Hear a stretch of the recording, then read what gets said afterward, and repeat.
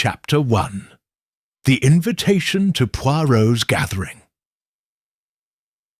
I had scarcely returned from Belgium when the invitation arrived, an enamelled card bordered in gold, summoning me to an evening of intimate discourse at my dear friend Hercule Poirot's residence in Eaton Square. As his faithful companion and chronicler, I was accustomed to uncanny affairs, yet even I felt a thrill of anticipation. Enveloped by London's early autumn chill, I rang the polished brass bell and was admitted into Poirot's warmly lit foyer, where a single enormous beeswax candle burned atop a marble pedestal, its flame astonishingly tall and steady, refusing to bow even to the slightest draught. "Mon ami Hastings!" Poirot exclaimed, emerging from an adjoining salon in immaculate evening dress, his moustaches bristling with excitement. "You arrive at precisely the right moment. Tonight we shall unravel a little puzzle of human nature. Mais oui?" He gestured grandly toward the candle. "Observe, this is not merely a source of light, but an emblem of mystery. I procured it from a curious antiquarian in Bruges. He swore it would burn eternally once alight, until the secret within was revealed," glanced around the high-ceilinged room, where a circle of 8 guests stood conversing in low tones. A hush settled as I joined them.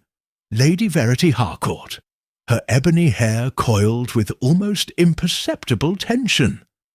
Colonel Ambrose Fane, stern of jaw and crisp in his morning jacket. Miss Celia Pemberton, a delicate creature whose doe-like gaze wavered between fascination and unease. Dr. Lionel Ward, whose practised smile could charm even the most reticent soul. Mrs. Agatha Sinclair, robust and perceptive, never removing her pince-nez, and the twin brothers Marcel and Antoine Duval, French merchants of considerable repute, identical save for the way Marcel's left eyebrow arched perpetually. Finally, Lord Giles Ashcombe leaned against the mantel, drumming a nervous rhythm with his gloved fingers. Poirot raised his gloved hand. "Mes amis, bienvenue. You have gathered under the guise of conviviality, but I detect a certain restlessness. We are bound together by secrets which tonight's little experiment may coax into the light." His dark eyes flicked to the ever-burning candle. "Behold the candle of Veritas, as I call it. Legend claims its flame will not be extinguished until a lie spoken in its presence is revealed." A murmur rippled through the company. Lady Verity's lips curved into a polite, but perhaps forced smile. "Surely, Monsieur Poirot, you do not expect us to confess every peccadillo before a mere candle?" Poirot's moustaches twitched. "Not at all, madam. Only those truths that pertain to our little gathering." He clapped his hands lightly. "Let us commence, then." He motioned to Dr. Ward, who approached the candle and removed his polished silver cigarette case. As he leaned forward, the flame flickered but did not waver, an act I could swear defied natural law. Dr. Ward drew in a slow breath and, with polite gravity, revealed that he had once prescribed an opiate to a patient who would later die under suspicious circumstances, a fact unconnected to tonight's game, but no less startling. I noted, and Poirot surely did, the slight catch in Miss Sinclair's gaze at this admission. As Ward concluded, the flame deepened to a richer gold, as though approving the unveiling. Colonel Fane stepped forward next, clearing his throat. "I have embellished my account of the Ashcombe diamond heist in my memoirs. A collective gasp followed. Lord Ashcombe straightened, his face turning the precise shade of autumn sunset. Yet the candle's glow only brightened. Monsieur le Colonel, Poirot interjected gently, a confession of literary dalliance, but of no real consequence. The Colonel's shoulders slumped, relieved. One by one, each guest offered a revelation, some trivial, some sharp enough to puncture the evening's veneer of civility. Miss Pemberton confessed to forging her father's signature for a banking transaction. Mrs. Sinclair admitted she had once paid an investigator to follow her own niece. The Duval twins grudgingly disclosed a clandestine bet that had nearly bankrupted the family firm. With each disclosure, the candle's flame surged, as though feeding on deceit. When it was Lady Verity's turn, she paused so long that the whole room held its breath. Her eyes, dark pools of restraint, drifted to the lone portrait of Poirot that hung over the mantel, painted by an amateur, but cherished for its faithful capture of his penetrating gaze. "I have not been entirely honest." Her voice dropped to a whisper. "I came here tonight under false pretenses. This gathering was not my own invitation." Poirot inclined his head. "Ah, madame." The candle flared as though impatient. Lady Verity's elegant composure fractured. "I have been investigating you, Monsieur Poirot," she confessed. "I suspected you of something. A betrayal, perhaps. I intended to learn your secrets." A hush fell. Yet the flames leapt defiantly, bathing the room in a defiant radiance. Poirot's expression softened into a patient smile. "Madame Harcourt, your candour is enlightening.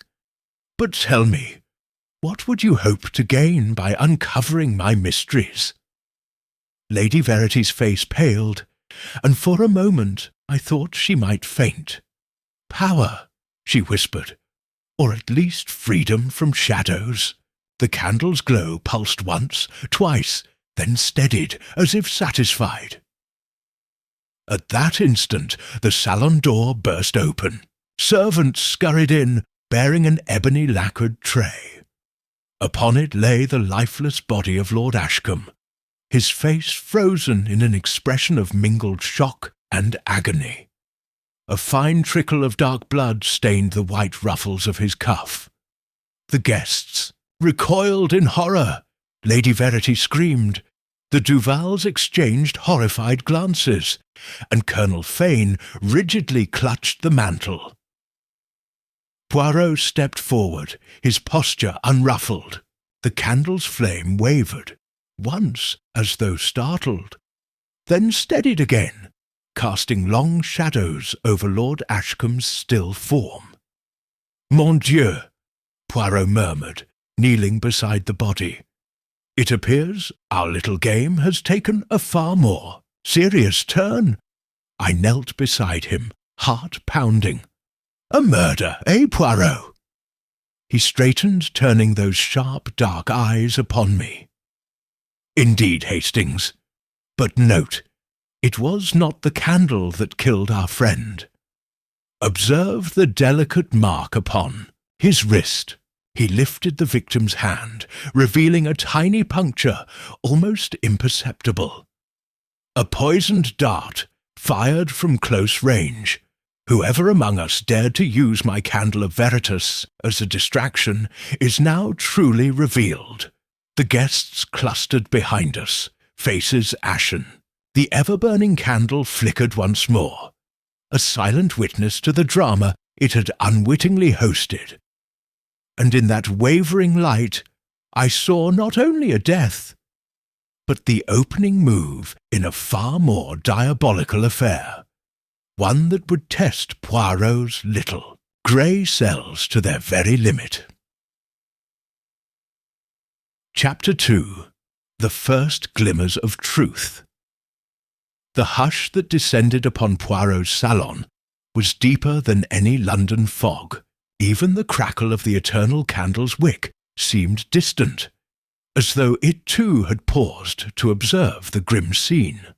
I remained on my knees beside Lord Ashcombe's still form, while Poirot rose deliberately and surveyed the assembled guests. Their faces were masks of shock and disbelief, each one now a potential culprit in a crime most bold. "Mes amis," Poirot intoned, voice calm yet arresting, "no one is to leave this room." He motioned to the two footmen who had entered, with the tray. "You, remove the tray and set it aside. Then clear the corridor outside and bar the door." The footmen exchanged nervous glances, but obeyed without question. The heavy oak door was locked from within, leaving us all enclosed in the circle of candlelight and suspicion. Once the room was secured, Poirot turned back to the body. "Notice first the position of the body, Hastings. Lord Ashcombe lies face downward, his right wrist extended at an unnatural angle." I followed his gaze to a barely visible bruise, a pinpoint mark above the radial artery. "A poisoned dart, yes," Poirot continued, "but from what mechanism?" He glanced upward at the candle. "Consider." The light drew our attention. The murderer seized that moment to deliver the fatal blow. Lady Verity, her composure fracturing, edged forward. "But how, Monsieur Poirot?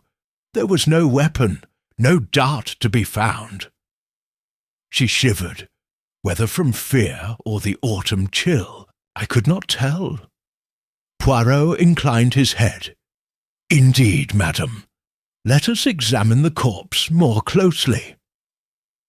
He knelt beside me, gingerly rolling Lord Ashcombe's wrist to inspect the tiny wound. With gloved precision, he produced a slender magnifying lens and studied the puncture. "Curious," he murmured. "No trace of residue, and the dart is gone. The wound is clean, surgical almost." I shivered despite myself. "Who among us possesses such a device, Poirot? It seems too specialized for a mere assassin to possess." Poirot tucked the lens away and stood. "Let us question each guest, beginning with those nearest to the body when it was discovered." He indicated Mrs. Sinclair and the Duval twins, who stood closest to the door when the servants entered. "Madame Sinclair, you first." Mrs. Sinclair stepped forward, her pince-nez glinting in the candle's light. I had just turned away to fetch another glass of sherry. When I heard a faint rustle, I turned back to see Lord Ashcombe slumping forward. She raised her chin defiantly. "I swear I touched no one." Poirot nodded. "And you, Monsieur Marcel?" Marcel Duval's lanky frame trembled. "I was examining that remarkable candle," he cried, pointing to the waxen pillar. "I wanted to test the claim of its unquenchable flame." "I stood here, sir."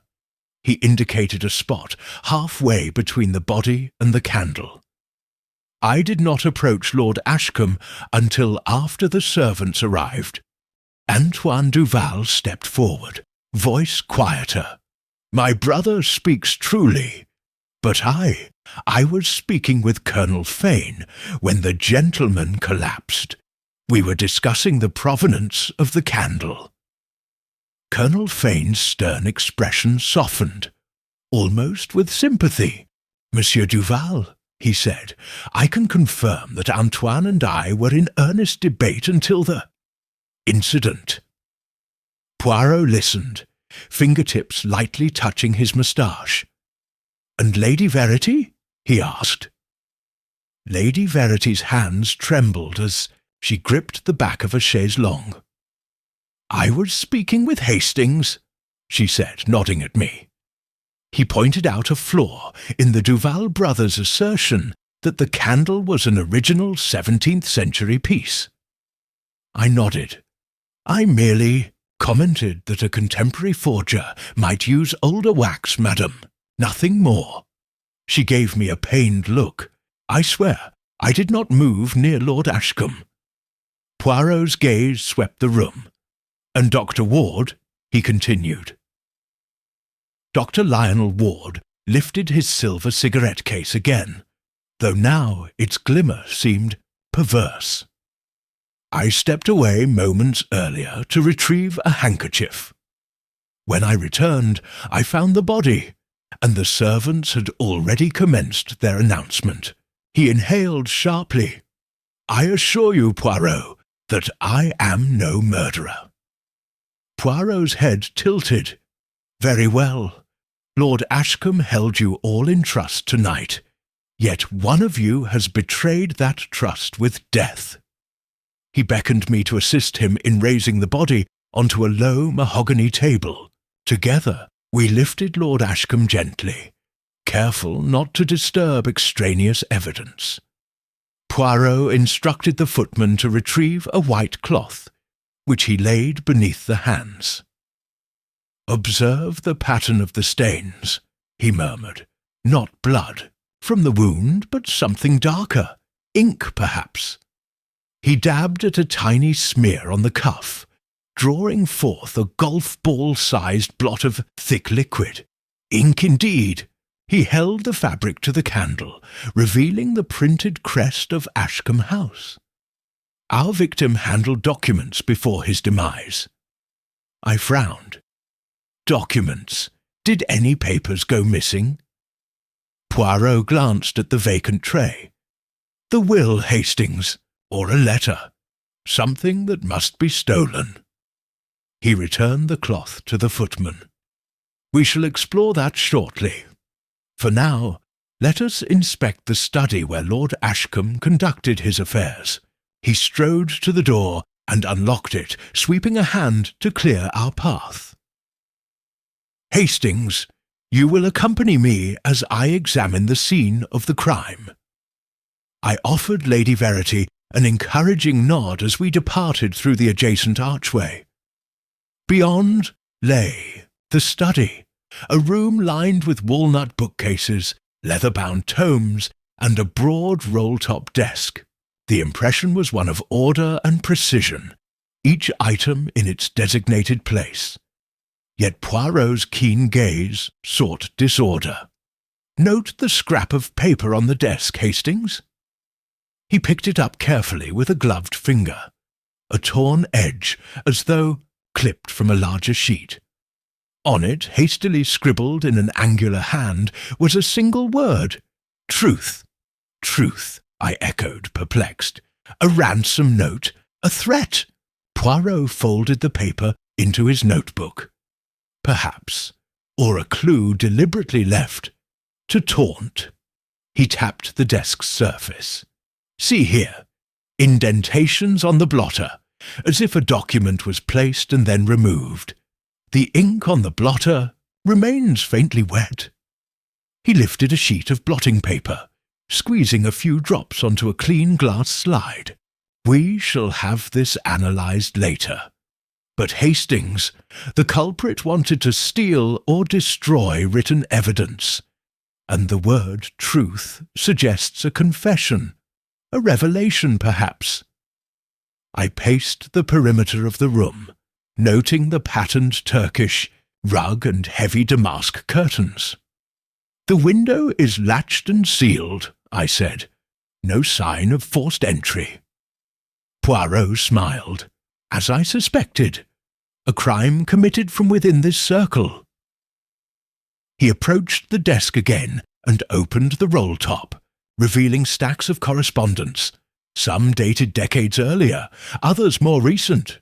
"Look, Hastings, one envelope is missing its letter. Addressed to Lady Verity, it seems." Poirot tapped the desk once more. "The murderer seized that letter and followed Lord Ashcombe into the salon, using the candle's diversion to deliver the dart. I shuddered. A splendid analysis, Poirot. Yet it leaves us with the pressing question: who among us had the opportunity and the motive to commit such a precise murder? Poirot closed the desk and stood, folding his hands. That, mon ami, is precisely why we are here. He pocketed his notebook. Return to the salon and assemble the group. I shall reveal what I have learned, and then, perhaps, force our murderer's hand. As we retraced our steps, I could not help but marvel at Poirot's composure. The eternal candle still burned, its flame unwavering despite the violence it had witnessed. And in that steady glow, I sensed the first threads of a tapestry, intricate, interwoven, and leading inexorably toward the truth. Chapter 3. The Gathering of Suspects. The salon felt smaller now that the gravity of murder hung in the air. The servants had withdrawn behind the locked door, leaving us alone once more to confront a bitter truth. One of us had killed Lord Ashcombe. Poirot moved to the centre of the room, hands clasped behind his back, his gaze sweeping over each familiar. Face turned suddenly stranger. "Mes amis," he began, voice low yet crisp. "We must understand one another before the truth may emerge. We are bound not by friendship this evening, but by duty, to justice, and to our dead friend." He raised a gloved finger. "I shall speak briefly with each of you, one at a time. You will answer my questions candidly." He first addressed Lady Verity Harcourt. She had resumed her composure, but the heavy silk of her black gown betrayed tension in its folds. "Lady Harcourt," Poirot said, "you came under false pretences, seeking to learn my secrets. Pray tell us, what is the nature of your involvement with Lord Ashcombe?" Lady Verity's dark eyes flickered. She drew a measured breath and spoke. "Lord Ashcombe and I were once engaged. Secretly, for social propriety forbade our union. When I called off the arrangement, his reaction was unexpectedly bitter. He insisted on maintaining control over certain family documents, documents I believed to concern my late mother's inheritance." She paused. "This is why I sought the letter from his study. It might have freed me from his hold." Poirot inclined his head. "A motive, yes, yet to proceed from resentment to murder is a considerable step. You coveted his freedom, and perhaps more." Lady Verity's lips trembled. "I desired my liberty, Monsieur Poirot, but never his death." Next, Colonel Ambrose Fane stepped forward, his military bearing unshaken.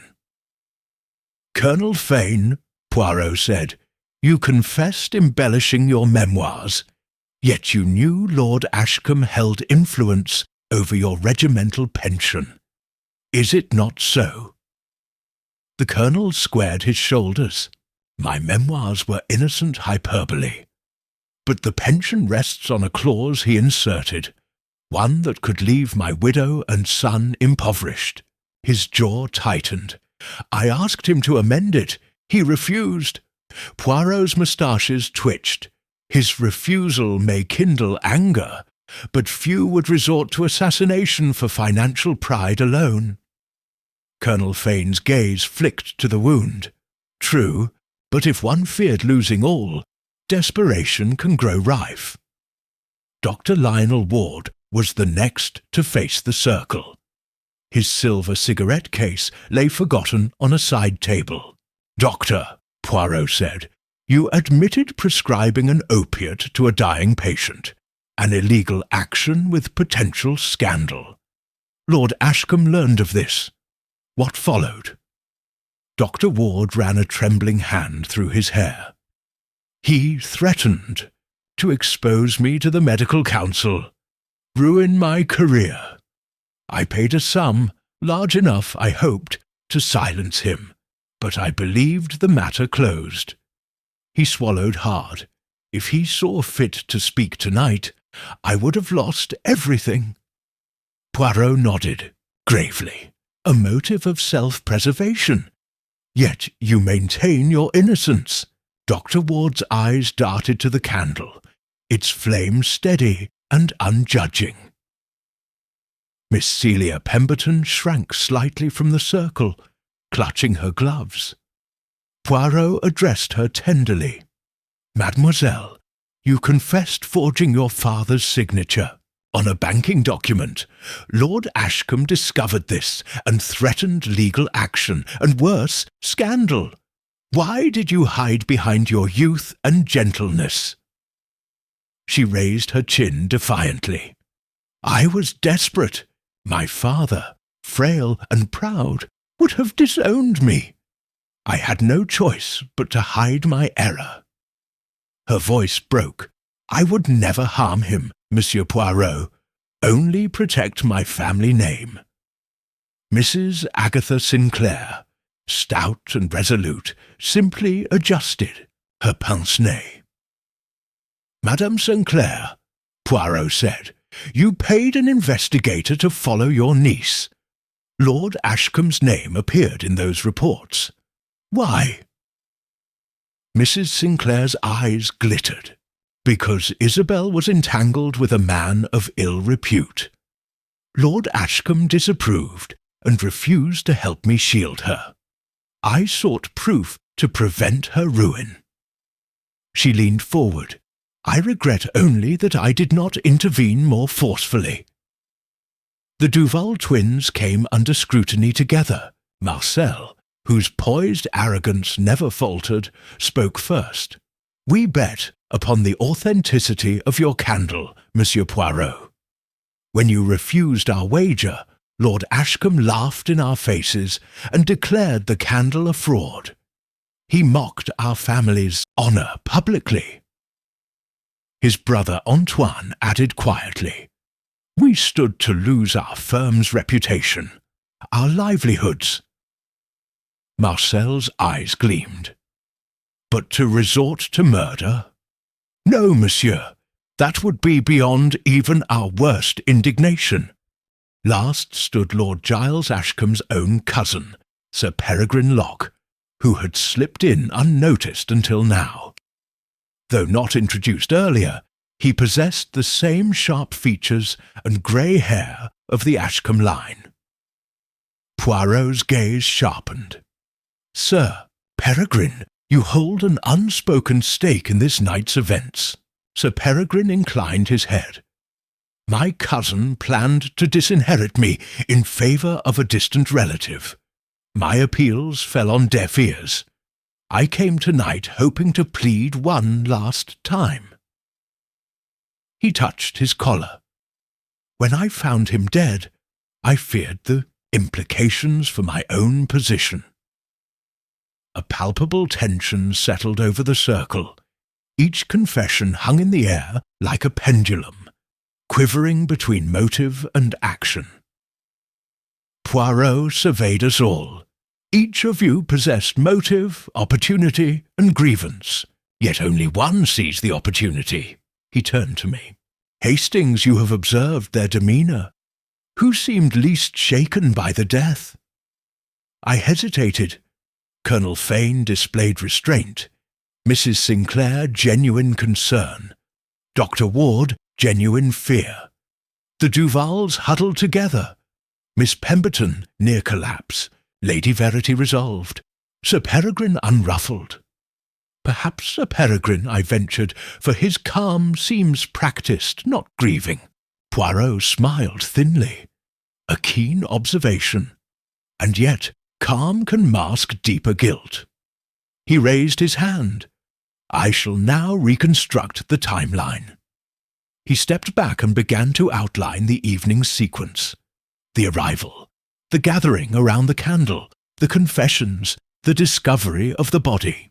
With each point he made, He paused, studying reactions, twitching lips, darting eyes, clenched hands. As he spoke, I noticed a subtle detail. Miss Pemberton's eyes rarely met his, but when they did, a flicker of recognition passed between them, as though she understood but dared not speak. At the mention of the missing letter, Lady Verity's fingers tightened around her fan. Sir Peregrine shifted his weight away from the candle, avoiding its light. Poirot concluded, "We have seen motives laid bare, but motives alone do not kill. We need the proof, physical, undeniable, and irrefutable." He eyed each of us in turn. "Tomorrow at dawn, I will have determined which among you is responsible. Until then, reflect upon your actions, and whether you will remain silent or confess." With that, he signalled for the shutters to be drawn, and the servants to restore tea and sandwiches in silence. As the door closed behind them, I glanced at Poirot. "You saw much tonight, mon ami? Greater than I." Poirot's dark eyes glowed in the lamplight. Every twitch and hesitation, every glance away from truth. "And now, Hastings, we prepare for the next step, gathering evidence, setting traps, and placing each suspect's little grey cells under duress. The game continues." And so the circle tightened, each guest ensnared by Poirot's meticulous design, unaware that the true revelation, the one to vanquish deception, lay yet ahead. Chapter 4. The mind behind the moustaches the next morning dawned crisp and clear, yet an uneasy hush lingered over Eaton Square. Over toast and tea, Poirot and I reviewed the observations made the night before. He sat before his plate of buttered crumpets, moustaches meticulously waxed, eyes alight with anticipation. "Mon cher Hastings," he said, tapping a slender finger against the rim of his teacup, "the hour has come to apply my little grey cells in earnest. We must question each suspect one by one. But first, allow me a demonstration." He rose and swept from the dining room into the adjacent salon, motioning me to follow. There, in the steady glow of daylight filtering through the tall sash windows, the candle of eternal flame still burned upon its pedestal, its wick trimmed, its wax polished. The sight of it, so calm and impassive, seemed almost comical, given the violence it had witnessed. Poirot turned to me. "Observe carefully, mon ami." He produced a small vial of clear liquid, and dabbed a drop onto the wick. The flame flickered, hesitated for a heartbeat, then steadied once more. Nothing disturbs this flame unless stirred by human emotion, or by a deliberate hand. He pocketed the vial and regarded the candle with what I can only call reverence. "Remember this, Hastings. A flame reveals, but it also conceals." He beckoned me back to the dining table. We settled into our chairs as the first footman appeared, announcing that Dr. Ward had arrived early for his interview. Poirot gestured for the doctor to enter. Ward entered with purposeful steps, though his eyes darted anxiously to the candle. "Good morning, Dr. Ward," Poirot said, rising and offering his hand. "Please sit." The doctor lowered himself into the chair opposite Poirot, clutching a handkerchief. "I wish to revisit your statement about the opiate prescription," Poirot continued, "and to inquire about your movements between 9 and 9:30 last night." Dr. Ward folded his hands. "I was in the study," he said, voice low, reviewing my notes on Lord Ashcombe's medical history.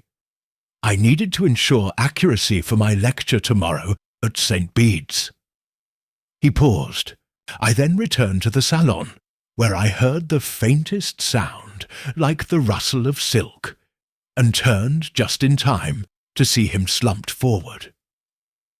Poirot's eyes narrowed. You say silk. Did you note anyone wearing silk near the study door? At that time, Ward thought, brow furrowed.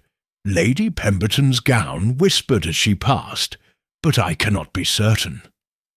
Poirot tapped a notepad. Curious, for Lady Pemberton claimed she was speaking with Colonel Fane in the corridor. Dr. Ward swallowed. They spoke in low tones. Surely the sound I heard. Poirot folded his hands. Very well, Doctor. One final question. Did you bring anything with you from your bag into the study? Ward's face paled. Only my flask of brandy. No weapons, I assure you. Poirot inclined his head and dismissed him, making a quick note. Next was Miss Celia Pemberton.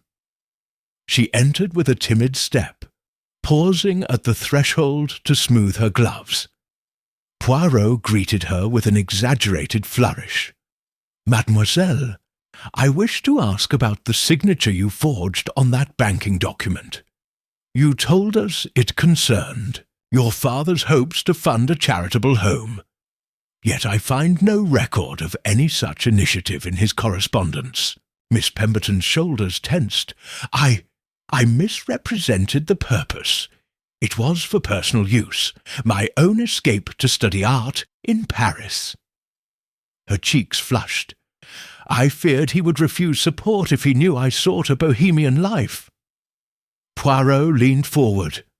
A confession of passion, not profit. But tell me, did you possess a wax seal last night, one matching your father's? For the letter Truth bore such an impression. She reached into her purse and withdrew a small folding seal. I carried it, expecting to seal my apology, when I retrieved the letter. Poirot's eyes danced. And did you, mademoiselle, glimpse the word truth before taking the seal? She hesitated. I did. It startled me, so I wore the seal for luck. Poirot dismissed her with a nod, then scraped out another note.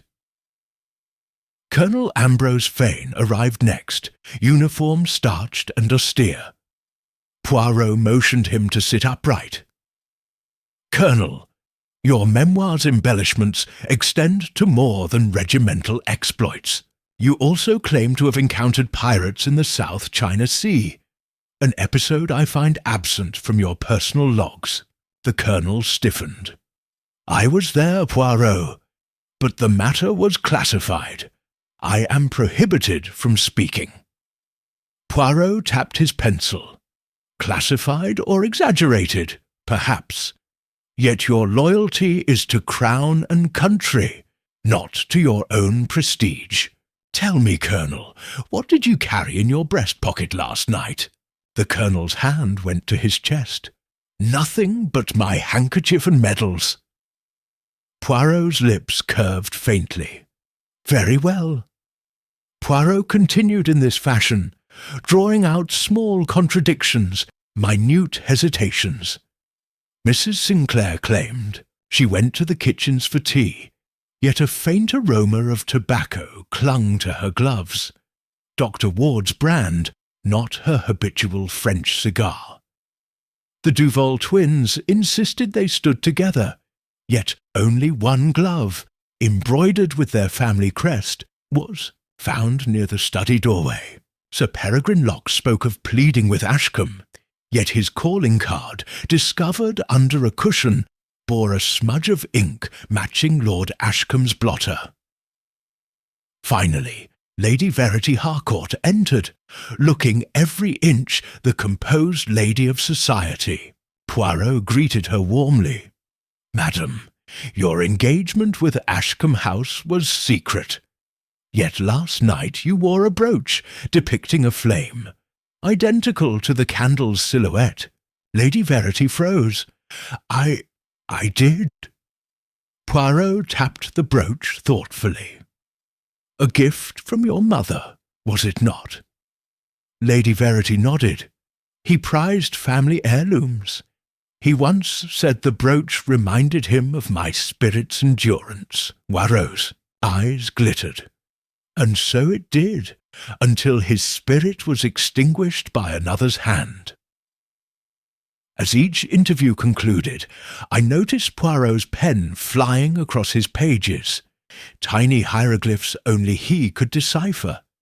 He asked no direct question about the murder weapon. Instead, he probed alibis, examined small items of jewellery, searched for scent traces on handkerchiefs. His approach was not linear, but psychological. A dance of minds where every step revealed a new facet of character. When the last interview ended, Poirot rose and closed his notebook. He turned to me with satisfaction. Hastings, observe, each suspect carries a flaw, a secret that pains them. But which one could wield a poisoned dart with such precision, strike without detection, and remove all evidence? He paused, tapping his fingers. Tomorrow I shall set a trap, one that will force our murderer to betray himself. I watched as he returned the tiny vial to his pocket, leaned back in his chair, and studied the candle's unwavering flame. The mind, he murmured, is the most delicate instrument of all. And tonight, Hastings, we have begun to tune its strings. Thus concluded the first round of interviews, each suspect knowing that Poirot's gaze had pierced deeper than mere appearances. And in that knowledge lay the first thread of fear, weaving its way into the tapestry of deceit. Chapter 5. The first false lead. The late afternoon sun slanted through the tall windows of Eaton Square, casting long golden bars across the salon. The candle of Veritas still burned, its flame steady despite the hours of scrutiny. Poirot stood before it, hands clasped behind his back, while I gathered the scattered notes from our morning interrogations. "Mon ami," Poirot said, "it is time to test our suspect's resolve with a demonstration, a tableau that shall bring our first false lead into the light." He tapped his chin thoughtfully. "We shall focus on Dr. Ward." I regarded the good doctor warily as he was summoned. His usual poise had vanished, his shoulders hunched, and beads of perspiration gleamed on his brow. He entered the room, carrying his silver brandy flask as though it were a shield. "Dr. Ward," Poirot began, voice measured, "you assured me you brought nothing more than brandy into the study. Pray, allow me to examine your flask." Ward hesitated, then extended it on quivering hands. Poirot unscrewed the cap and tilted the flask, pouring a small amount of liquid into a glass tumbler. He sniffed it, then held the rim to the candles. Flame! The liquid did not ignite, as pure alcohol would, yet a faint blue wisp curled upward from the glass. Dr. Ward paled. That cannot be," he stammered. "I filled it with my own brandy this morning." Poirot poured a drop onto the palm of his gloved hand and allowed it to evaporate. "Strange," he murmured. "There remains a faint, acrid scent. Strychnine, perhaps. Only 2 drops would suffice to kill in minutes." He returned the flask to Ward. "Is it your habit to carry poison with you?" Ward's chin trembled. "No, never. I only carry brandy to calm my nerves." His voice cracked. "You must believe me, Poirot." Poirot's dark eyes regarded him coolly. "I wish to believe you, Doctor. But tell me, What became of the remainder of your flask after you entered the study? Ward swallowed. I drank half a measure. The rest I left upon a side table. Poirot inclined his head. Indeed, let us see this table, Hastings. We moved into the study, where the afternoon light revealed the small mahogany table on which Ward claimed to have left his flask. Poirot pointed. Here. He reached down, lifted a folded handkerchief, and unfolded it. Beneath lay a few drops of clear liquid, and upon the tabletop thin, oily smears. Poirot traced a gloved fingertip along the edge of the table.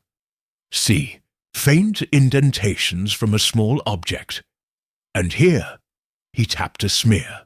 The smell of bitter almonds, cyanide perhaps, but more akin to prussic acid.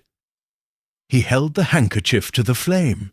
It shrank away, refusing to catch a light. Poirot sniffed again. Cyanide. Dr. Ward lurched forward. No, I swear I carried no poison. Someone must have tampered with my flask, or planted this evidence. Poirot folded his notebook. That is our first false lead, Hastings. The authorities will believe the doctor guilty. Poisonous liquid found, flask in hand, and yet suspect his innocence. He tapped his moustache. Clever mon ami, whoever framed him.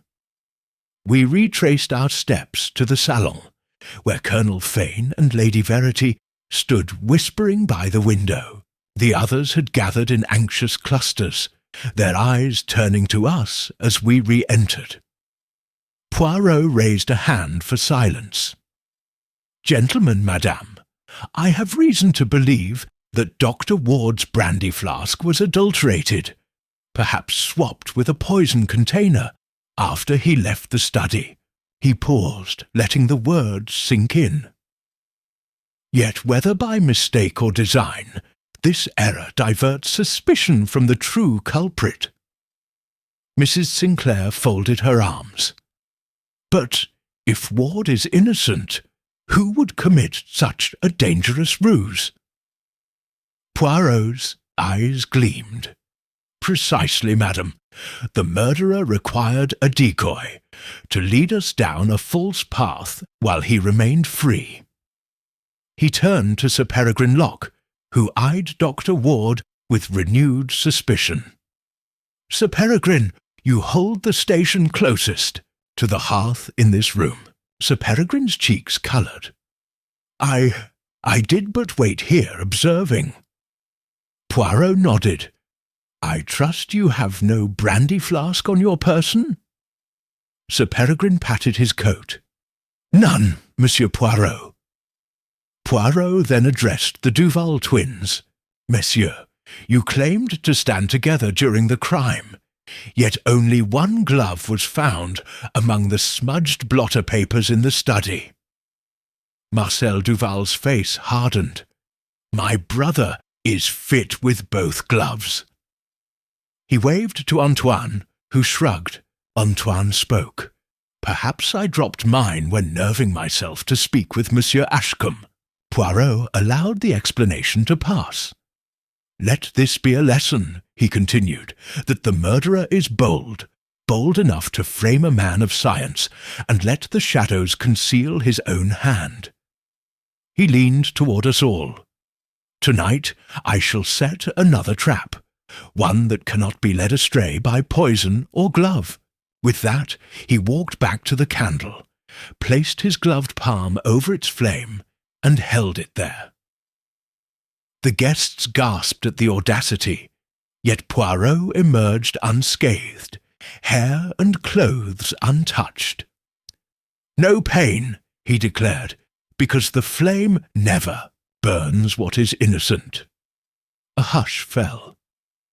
Dr. Ward, he said, you may rest easy. He bowed to the doctor, whose relief was palpable. Poirot then surveyed the company. But to the true culprit, The flame will reveal the lie it seeks to hide. He removed his hand and beckoned me. Hastings, let us withdraw and plan tonight's manoeuvre.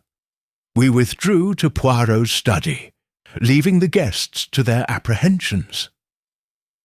Once alone, Poirot unfolded a large sheet of paper. It was a schematic of the salon and the study, annotated with tiny notes and timestamps. "Observe," he said, pointing to the line connecting the study table and the salon door. "Someone had to carry that poison, or its residue, across that threshold without detection.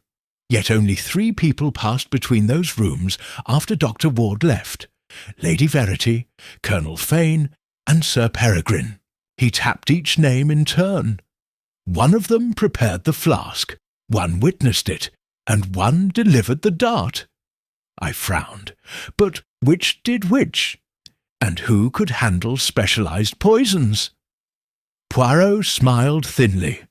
"That is why we turn to our next false lead, an attempt at forensic analysis with which I shall bait the murderer." He rose and donned his overcoat. "Come, Hastings, we have errands to run before sunset." Outside, the crisp London air felt invigorating. As Poirot hailed a hansom, he confided, "We shall arrange for fingerprints on the flask and the smears, and then announce a new revelation.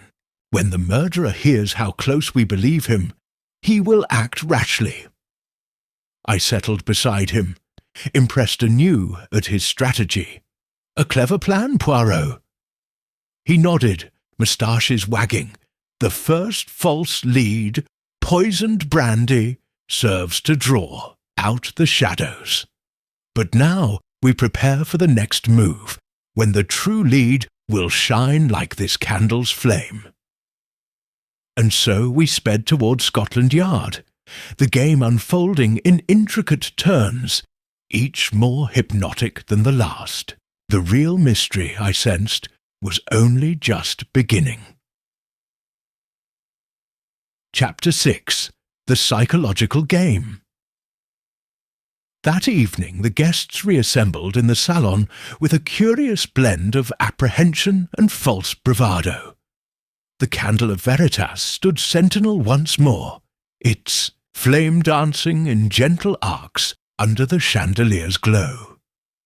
Poirot welcomed each guest with his customary flourish, an imperious nod that belied the tension rippling through the room. "Mes amis," he began, voice even and poised, "I have consulted with Scotland Yard's finest chemists. They report that the flask's remnants bear traces of prussic acid, enough to kill, but not enough to fire a dart. Clearly, our murderer sought to distract us with poison while committing the true crime unseen." He paused, letting the implication settle. "Tonight, I propose a new exercise in truth." He moved through the circle, fixing each suspect with that penetrating gaze. "You will each recount your whereabouts at precisely 9:15 p.m. yesterday, in as much detail as you please." Lady Verity Harcourt drew in a steadying breath and spoke first. "I was in the garden, pacing the rose walk. I found the air soothing, and the moonlight reflective. Her tone was calm, but her hands trembled around her fan." Poirot inclined his head. "And what did you see there, madame?" She hesitated, then replied, "Nothing, except the twins' figures briefly, but I did not engage them." Poirot's moustaches twitched. "Curious. Monsieur Antoine Duval, you claim you did not leave the salon until the body was found, yet a gardener reported 2 figures near the fountain." Antoine's eyes flickered. "That must be Marcel and me, as she says. We tested the candle's draught resistance in the open air. Poirot nodded, but his gaze lingered on Antoine's left hand, where a faint smudge of wax rested on his glove. Next came Colonel Fane, standing rigidly. I was in the library reviewing my memoirs. I found a printing error and lingered to correct it. He produced a bound copy from under his arm, its cover adorned with regimental insignia. Poirot accepted it and paged through, then tapped a paragraph. You mention an expedition to Malaya, but not the date. A convenient omission. The Colonel's jaw tightened. Classified, Poirot. Poirot tucked the volume away. Very well. Dr. Ward shifted uneasily. I remained in the study, straightening Lord Ashcombe's medical files for tomorrow's lecture. His voice quavered. Poirot surveyed him. And yet your carriage left at 10:30, not 1 o'clock as you claimed. Ward's face drained of colour. My driver fell ill. I dismissed him early and walked here. Poirot's lips curved. By the lamp-lit streets in the rain. Forgive me, Doctor, but your coat remains dry. Ward glanced down. His overcoat was spotless. He stammered, I see. Poirot's gaze held him, unwavering. Miss Pemberton's whisper followed. I was in the drawing-room, sketching the candle's flame. I hoped to capture its unique light. She produced a small sketch pad. The page displayed a delicate study of wax and wick. Poirot admired it. Your talent is remarkable, mademoiselle. Yet a skilled artist might also create subtle shadows, to hide more than reflect. Her cheeks reddened. Mrs. Sinclair adjusted her pince-nez. I fetched tea for the servants and found them idle. I returned to the salon. Poirot paused. Yet the footman reports you lingered near the mantelpiece, examining a portrait. Mrs. Sinclair brushed back a curl. I was ensuring the frame was secure. Poirot arched an eyebrow. A precautionary measure. She faltered. My niece's wedding is soon. I worry about accidents to the family likeness. Sir Peregrine, Locke offered his own account, smooth as silk. I waited in the library corridor, drafting a note to Lord Ashcombe, a final plea. Poirot inclined his head. I find no such note. Sir Peregrine's eyes flicked to the desk's blotter in the study. Perhaps he destroyed it. Poirot tapped his temple. Or perhaps you did. The Duval twins spoke in turn.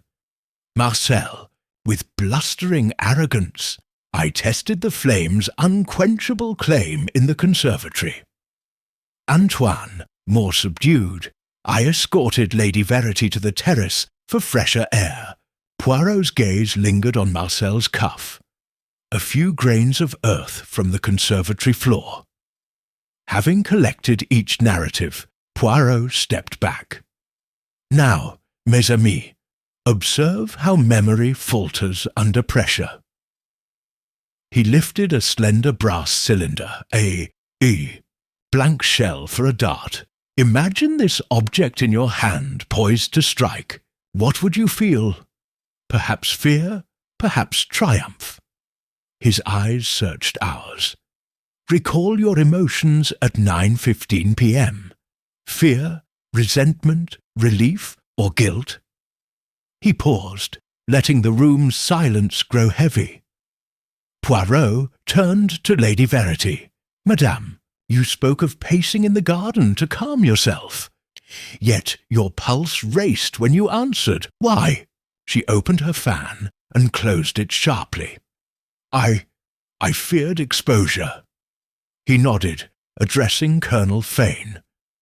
Colonel, you claim to have corrected a printing error, yet your eyes betrayed impatience.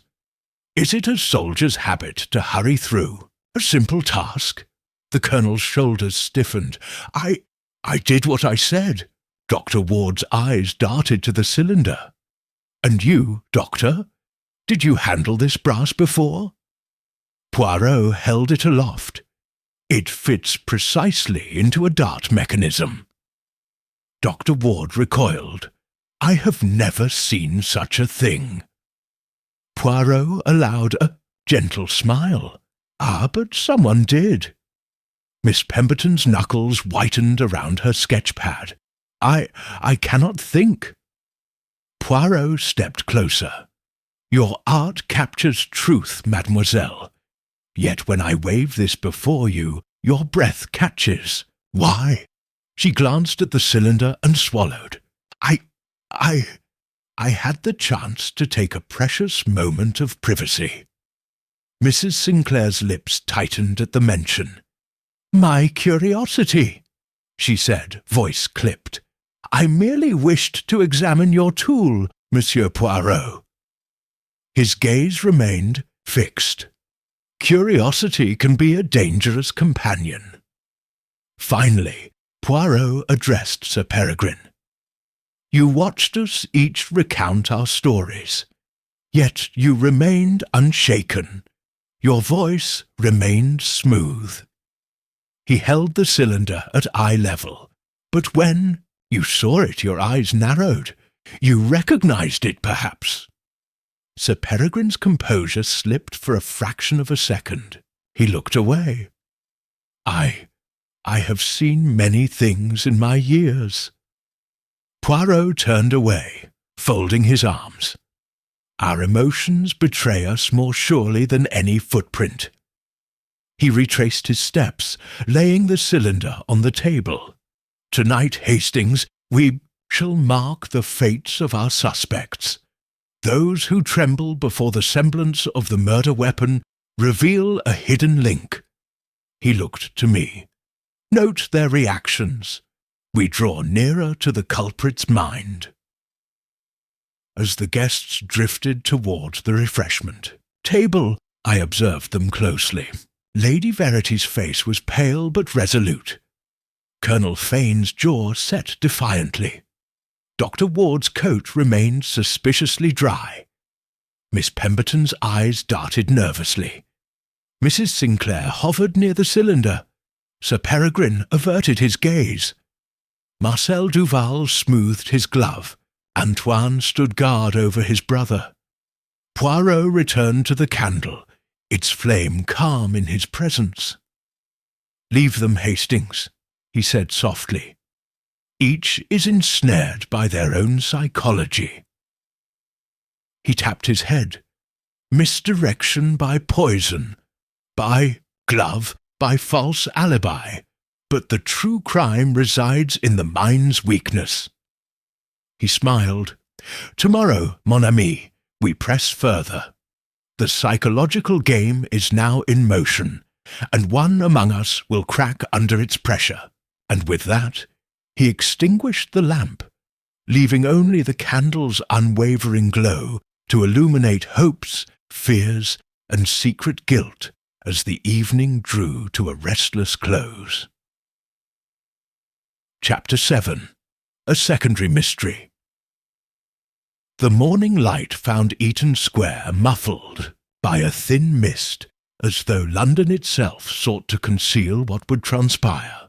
Poirot and I arrived at the salon promptly at 10 o'clock, determined to continue our subtle campaign of psychological pressure.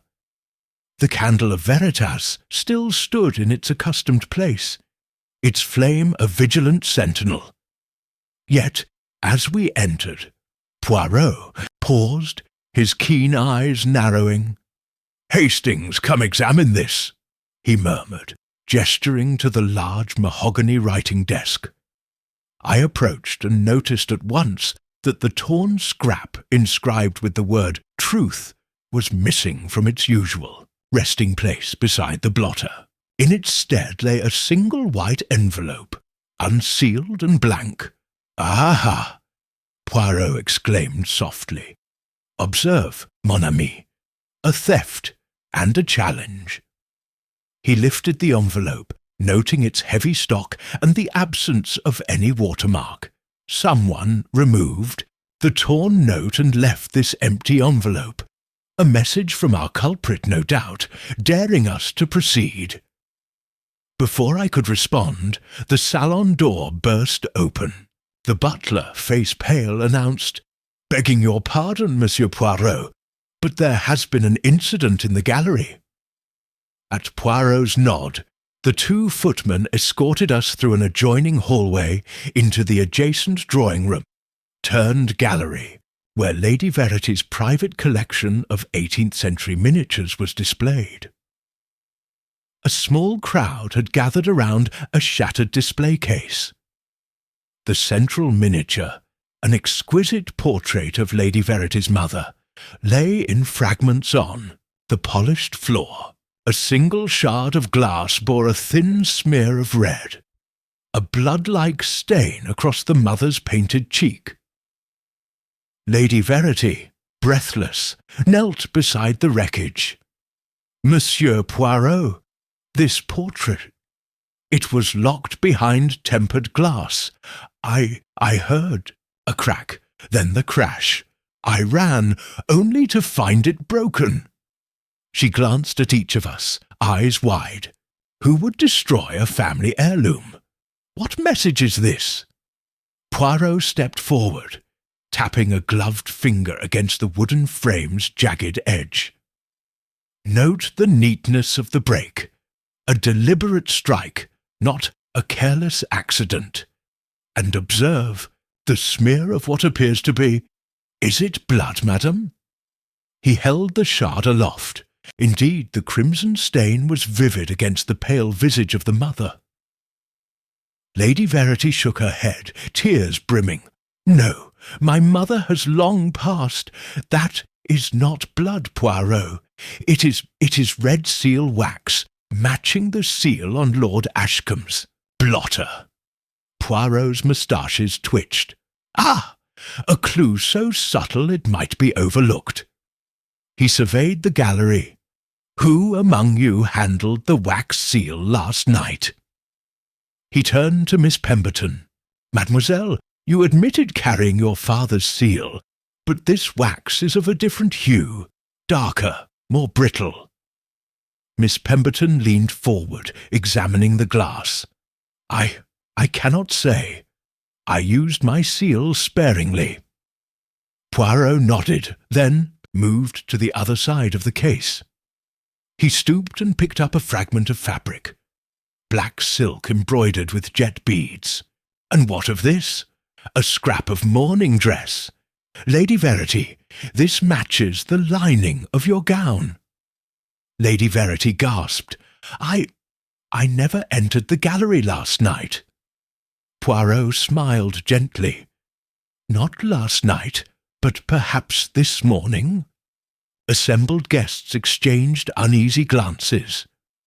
Colonel Fane stepped forward. "I passed through this room on my way to the library. Only minutes ago. I must have brushed against the case." Poirot accepted the explanation, but remained unconvinced. He touched the glass rim with a fingertip. "There are no fingerprints here, only the imprint of a small, delicate hand." He beckoned Mrs. Sinclair. "Madame Sinclair, your gloves remain unmarked." She peeled back her handkerchief and revealed bare fingers, an unusual choice given the morning chill. As the tension mounted, Poirot held up the blank envelope. "Let us not forget this. Who among us would steal the truth note and leave an empty shell? Who would then shatter another heirloom to divert our attention?" He turned the envelope in his gloved hands, examining the crease where a sheet once lay. "Someone aims to confuse us with secondary crimes, diversionary tactics to mask the primary deception." He gestured toward the fragment of glass bearing wax. "The message is clear. The murderer wields the seal, the wax, and the power to fracture both glass and trust." He pocketed the shard carefully. "We must secure the gallery and await the arrival of the constable. Until then, no one may leave." The butler and footman hastened to lock the gallery doors. Poirot gathered the party in the salon once more, the candle's flame glowing softly between them. "You see, mes amis, our murderer grows bolder. First, a poisoned brandy flask, then a false lead with a dart, now the theft of a clue, and the destruction of a cherished portrait, all designed to frighten and mislead." He turned to Sir Peregrine Locke. "You, who have the most to gain from Lady Verity's familial vulnerability, where were you when the case was shattered?" Sir Peregrine smoothed his coat. "I remained in the library, drafting a note to her late this morning." Poirot inclined his head. "Yet footprints in the gallery suggest otherwise." He tapped the fragment of silk. "You left this behind." Sir Peregrine's face paled. I must have brushed it on the locking bolt." Poirot nodded. "Perhaps." To Colonel Fane he said, "And you, who claim to have passed through, here, why did you not report the case intact?" The Colonel reddened. I assumed it was already broken, given the commotion." Poirot's eyes flashed, an assumption that betrays a lack of curiosity, or perhaps a desire not to look too closely. He then addressed Miss Pemberton and Mrs. Sinclair, narrowing his gaze. "One of you removed the truth note from the desk, leaving an envelope, to distract us." He brandished the blank paper. "Why leave only emptiness? Because the truth you stole is too damning to remain." A tremor ran through the guests. Lady Verity's voice, tight with emotion, broke the silence. "My mother's portrait was precious to me, yet it has been shattered for no reason I can fathom." Poirot laid a comforting hand on her shoulder. "No, madame, it was shattered for a reason quite fathomable. To draw us away from the study, to lure us into this chamber of art and sentiment." He turned to me. "Hastings, note their expressions." The Duvals exchange glances as though plotting. Sir Peregrine refuses to meet my eye. Colonel Fane's hands tremble ever so slightly. Miss Pemberton's breath comes fast. He laid his finger on Mrs. Sinclair's ungloved hand.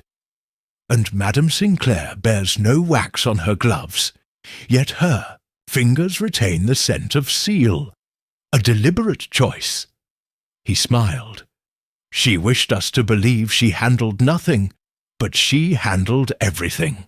Mrs. Sinclair gasped. "Monsieur Poirot, how dare you?" Poirot raised a gloved palm. "Patience, madame. We must allow events to reveal themselves. Tonight we shall convene again, and then perhaps the true thread will emerge from this tangled skein." As the constable arrived to take photographs and statements, I watched Poirot collect the fragments in a small leather satchel. The candle of Veritas flickered, its flame unwavering in the face of deceit and distraction. In that steadfast glow, I realized the secondary mystery was not merely a diversion, but a test of our resolve, and only by shining the light of truth upon it could we force the murderer's final, desperate move. Chapter 8. Hidden Connections. The gallery's shattered portrait and the stolen truth note had cast a pall over Eaton Square. That evening, as gaslights flickered to life along the street, Poirot summoned the guests once more to the salon. The candle of Veritas burned as ever, its steady flame a silent reminder that each moment of secrecy only fed the fire of revelation. Poirot stood before the assembled circle, his little grey cells visibly at work. "Mes amis," he began, "tonight we turn our attention to the ties that bind us. For in a closed circle, the murderer cannot escape the web of relationships." He paced slowly, eyes alighting on each face. "We have uncovered motives, inheritance, pride, fear of scandal. But there are subtler connections, threads hidden beneath polite conversation." He motioned to Lady Verity Harcourt. "Madam, you and Mrs. Sinclair share more than acquaintance. You both belong to the Mayfair Ladies' Charity Circle, yet you repaid her niece's indiscretion with an icy rebuke. Tell me, did your disagreement last spring concern more than social standing?" Lady Verity's lips parted. "Mrs. Sinclair accused me of impropriety regarding the Duval brothers' business venture. She believed I leveraged my family's influence unfairly." She paused. "Our quarrel nearly severed our friendship." Mrs. Sinclair adjusted her pince-nez, cheeks flushed. "It was not personal, Verity. I only wished to protect my niece. But you accused me of slander, and never retracted your words." She folded her arms. "I have forgiven, but I have not forgotten." Poirot nodded. A strain, yes, but no more. Yet note how their conflict left both vulnerable to resentment. Turning to the Duval twins, Poirot regarded Marcel with measured attention. "Messieurs, your firm, Duval and Cohen, supplied laboratory reagents to Dr. Ward's practice. You were present when he sourced his poisons, or so you claim." Marcel's posture stiffened. "We sold him only medicinal compounds, nothing lethal." Poirot raised an eyebrow. "And yet the catalogue lists both strychnine and prussic acid under your trade name." Antoine swallowed. "Those are for licensed use, in pest control and chemical analysis." Poirot tapped his temple. "Licensed, yes, but accessible." He paused. "Is it coincidence that Dr. Ward's flask was tainted? Then your gloves bore wax matching Lady Verity's seal?" Dr. Ward's face turned ashen. "I never suspected Monsieur Duval," he muttered. "But I did notice Antoine lingering near my desk at an odd hour." The twins exchanged a quick glance. Marcel cleared his throat. "We merely examined the blotter's texture." Poirot's moustaches twitched. "Examination can become a search. Now you see how each connection deepens. Suspicion." He then addressed Colonel Fane. "Colonel, your memoirs recount a clandestine assignment you undertook in Malaya. Yet Sir Peregrine Locke, who served with you, claims he was never informed of such an operation." Sir Peregrine nodded. "Classification does not exempt one from loyalty. Yet I found classified dispatches in Lord Ashcombe's desk, implicating both of you in negotiations that went awry." Colonel Fane's jaw clenched. "Those dispatches were meant to be destroyed. Ashcombe kept them as leverage." Poirot turned to Sir Peregrine. "Even you, cousin, may have feared exposure of your own indiscretions if those papers surfaced publicly." Sir Peregrine's composure wavered. "I would never harm a cousin." Poirot's eyes were inscrutable. "Yet you left the scrap of fear, morning silk in the gallery, and you hold no alibi for the moment the portrait was shattered." Sir Peregrine swallowed hard. "I had cause to frighten Lady Verity, no more." Poirot then surveyed Miss Pemberton. "Mademoiselle, your artistic pursuits brought you into close orbit with Colonel Fane, who financed your scholarship on the condition of exclusive private lessons." Miss Pemberton's cheeks flushed. I accepted his patronage to study art, not to be bound by it. Poirot inclined his head. Yet your ledger shows payments far beyond tuition, suggesting a more personal arrangement. She bit her lip. Our friendship was misinterpreted. Poirot's glance was piercing. Misinterpretation can yield jealousy. Finally, Poirot turned to Mrs. Sinclair once more. And you, madam, who spied on your niece and Lord Ashcombe's disapproval, did you share information about his opposition with Colonel Fane or Sir Peregrine? Mrs. Sinclair bristled. I only sought advice. But yes, I spoke with Colonel Fane, hoping to secure support for my niece's reputation. Poirot nodded thoughtfully. Thus, each suspect is entangled. Friend advising friend, patron financing student, cousins trading leverage, merchants supplying chemicals. A tapestry of interactions connecting them all to Lord Ashcombe, and to one another. He paused, letting the weight of his words settle. Now, consider this. The true culprit needed not only opportunity and motive, but also knowledge of each other's vulnerabilities. Only someone deeply embedded in this network could orchestrate the diversion so precisely. He stepped back toward the candle. The flame reveals truth, yes, but the human heart reveals its connections. Poirot raised his hand, calling for silence. Tomorrow we shall convene one final time. I will disclose the hidden connection that dominates all others, one that unites motive, means, and opportunity in a single act. He turned his gaze on each suspect in turn, as though etching their likenesses into memory. Until then, reflect upon your ties, to Lord Ashcombe, to each other, and to the silent whispers of ambition and betrayal. The guests dispersed into uneasy clusters, their voices low as they contemplated Poirot's revelations. I stood beside him as he collected his scattered notes. You see, Hastings, he murmured, when one pulls on a single thread, the entire web begins to shimmer. He held up the scrap of mourning silk and the shard of waxed glass.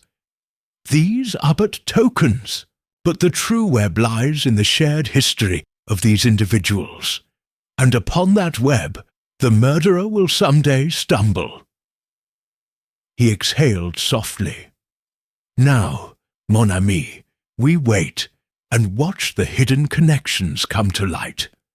The stage is set for the next act in this drama of deception, and with that, the candle flickered ever brighter, as though stirred by the unseen currents swirling among us, binding each suspect to the dark heart of the mystery. Chapter 9. Poirot's Secret Clue. The following morning brought a sharp frost that bit at the window panes, yet within Eaton Square the tension was warmer than any hearth. Poirot and I arrived at the salon before the others, intent on unearthing the single detail that would finally align motive, means, and opportunity. The candle of Veritas burned with serene dignity, its flame steady as a judge awaiting testimony. Mon cher Hastings, Poirot said, spreading out his scattered notes across the low table. We have tested poisons, examined wax, charted alibis, and traced relationships. Yet the culprit remains concealed. I require one last secret clue to illuminate the path. He retrieved from his breast pocket a small leather pouch and poured its contents, a pile of irregular paper scraps, onto the table. They were fragments of the torn note inscribed with truth. gathered painstakingly from beneath furniture and inside the gallery's display case. Each scrap bore the curl of a torn edge, some clean, some serrated, some ragged. Poirot studied them one by one under a hand magnifier. "Notice, Hastings," he murmured, pointing to 2 matching pieces. "These edges are uniform, cut with intention. Yet these others," he tapped several jagged bits, "are torn by hand. The murderer desired both randomness and design, a false trail of chance and a hidden signature of intent." He separated the pairs and irregulars, then held up the remaining shreds. "The culprit removed the note deliberately, but the method of removal is itself a clue. The uniform edges correspond exactly to a pair of shears." He slipped the fragments into a small envelope and stood. "Come." In the hallway, he paused by the display cabinet, then tapped the lacquered edge. "Observe, Hastings, the varnish here is original, unblemished, except where these fragments adhered." He reached inside the cabinet and behind a fallen corner piece of glass discovered a slender silver case. In it lay a pair of ornate scissors, their blades inlaid with jet and engraved with the monogram VH. I whistled softly. "Lady Verity's. She wears no such monogrammed scissors." Poirot pocketed the scissors in a red silk pouch. "Indeed, Lady Verity denied ever entering the gallery before the crash. Yet here is her scissors, the very instrument that cut the note from its parent sheet." He locked eyes with me, and that suggests she not only removed the note, but did so with deliberation and care. We returned to the salon, where the guests had assembled, each face pale with anticipation. Poirot placed the scissor case upon the table, opening it to reveal the gleaming blades. "Mes amis," he announced, voice soft yet electrifying the sheer room. "I have a secret clue, one that explains how truth was stolen from Lord Ashcombe's desk." He lifted the scissors. "These shears match the pattern of the tear on the scrap inscribed with our keyword. They were found concealed in a locked cabinet in the gallery." A murmur ran through the circle. Lady Verity's hand flew to her throat. Her eyes widened. Poirot addressed her directly. "Madame Harcourt, you insisted you never entered the gallery before the portrait's destruction. Yet you brought these scissors with you last night. Your personal sewing kit, no doubt. Why would you remove the note with secrecy, then hide the instrument?" Lady Verity's lips trembled. She opened her mouth, then closed it again. Colonel Fane shifted uneasily. Miss Pemberton pressed her sketch-pad against her chest. Sir Peregrine looked away. Poirot turned to the group as a whole. The truth note contained revelations that would have liberated Lady Verity from Lord Ashcombe's control. But to act upon it was dangerous. The note itself would tie one irrevocably to the crime. He paused, letting the gravity sink in. Instead of presenting the note, our culprit stole it, cutting it away with personal shears, and concealed the evidence where no one would think to look. He pocketed the scissors and reached for the sealed envelope of paper scraps. Yet the murderer underestimated the persistence of small details, irregular tears, adhesive traces, a misplaced corner of glass. He laid the envelope on the table. This secret clue changes everything, Hastings. It reveals that our suspect sought not merely to distract us, but to remove the single document capable of overturning Lord Ashcombe's authority. Lady Verity swallowed, voice wavering. Monsieur Poirot, I can explain. I needed to read the note to discover what he intended. I did not wish to kill him. Poirot inclined his head. Perhaps not, madame, but withholding the note is tantamount to betraying him. Her eyes filled with tears. The moment it was torn, I knew I was lost. Poirot's gaze swept the room. Notice how each suspect reacted. Dr. Ward clenched his fists at the mention of scissors. Mrs. Sinclair's eyes flicked to Lady Verity's hands. The Duval twins exchanged a tense look. Miss Pemberton's breath caught starkly. He tapped, his finger on the table. This clue implicates Lady Verity in the removal of evidence. But who among you provided the opportunity to wield these shears without suspicion? He turned to Sir Peregrine Locke. You, madame, received the torn note in anonymity. How else could Lady Verity's name remain unspoken? Sir Peregrine's face drained of colour. I found the envelope on the gallery floor. I intended to return it to her later. Poirot nodded. A convenient cover. Then he faced Colonel Fane.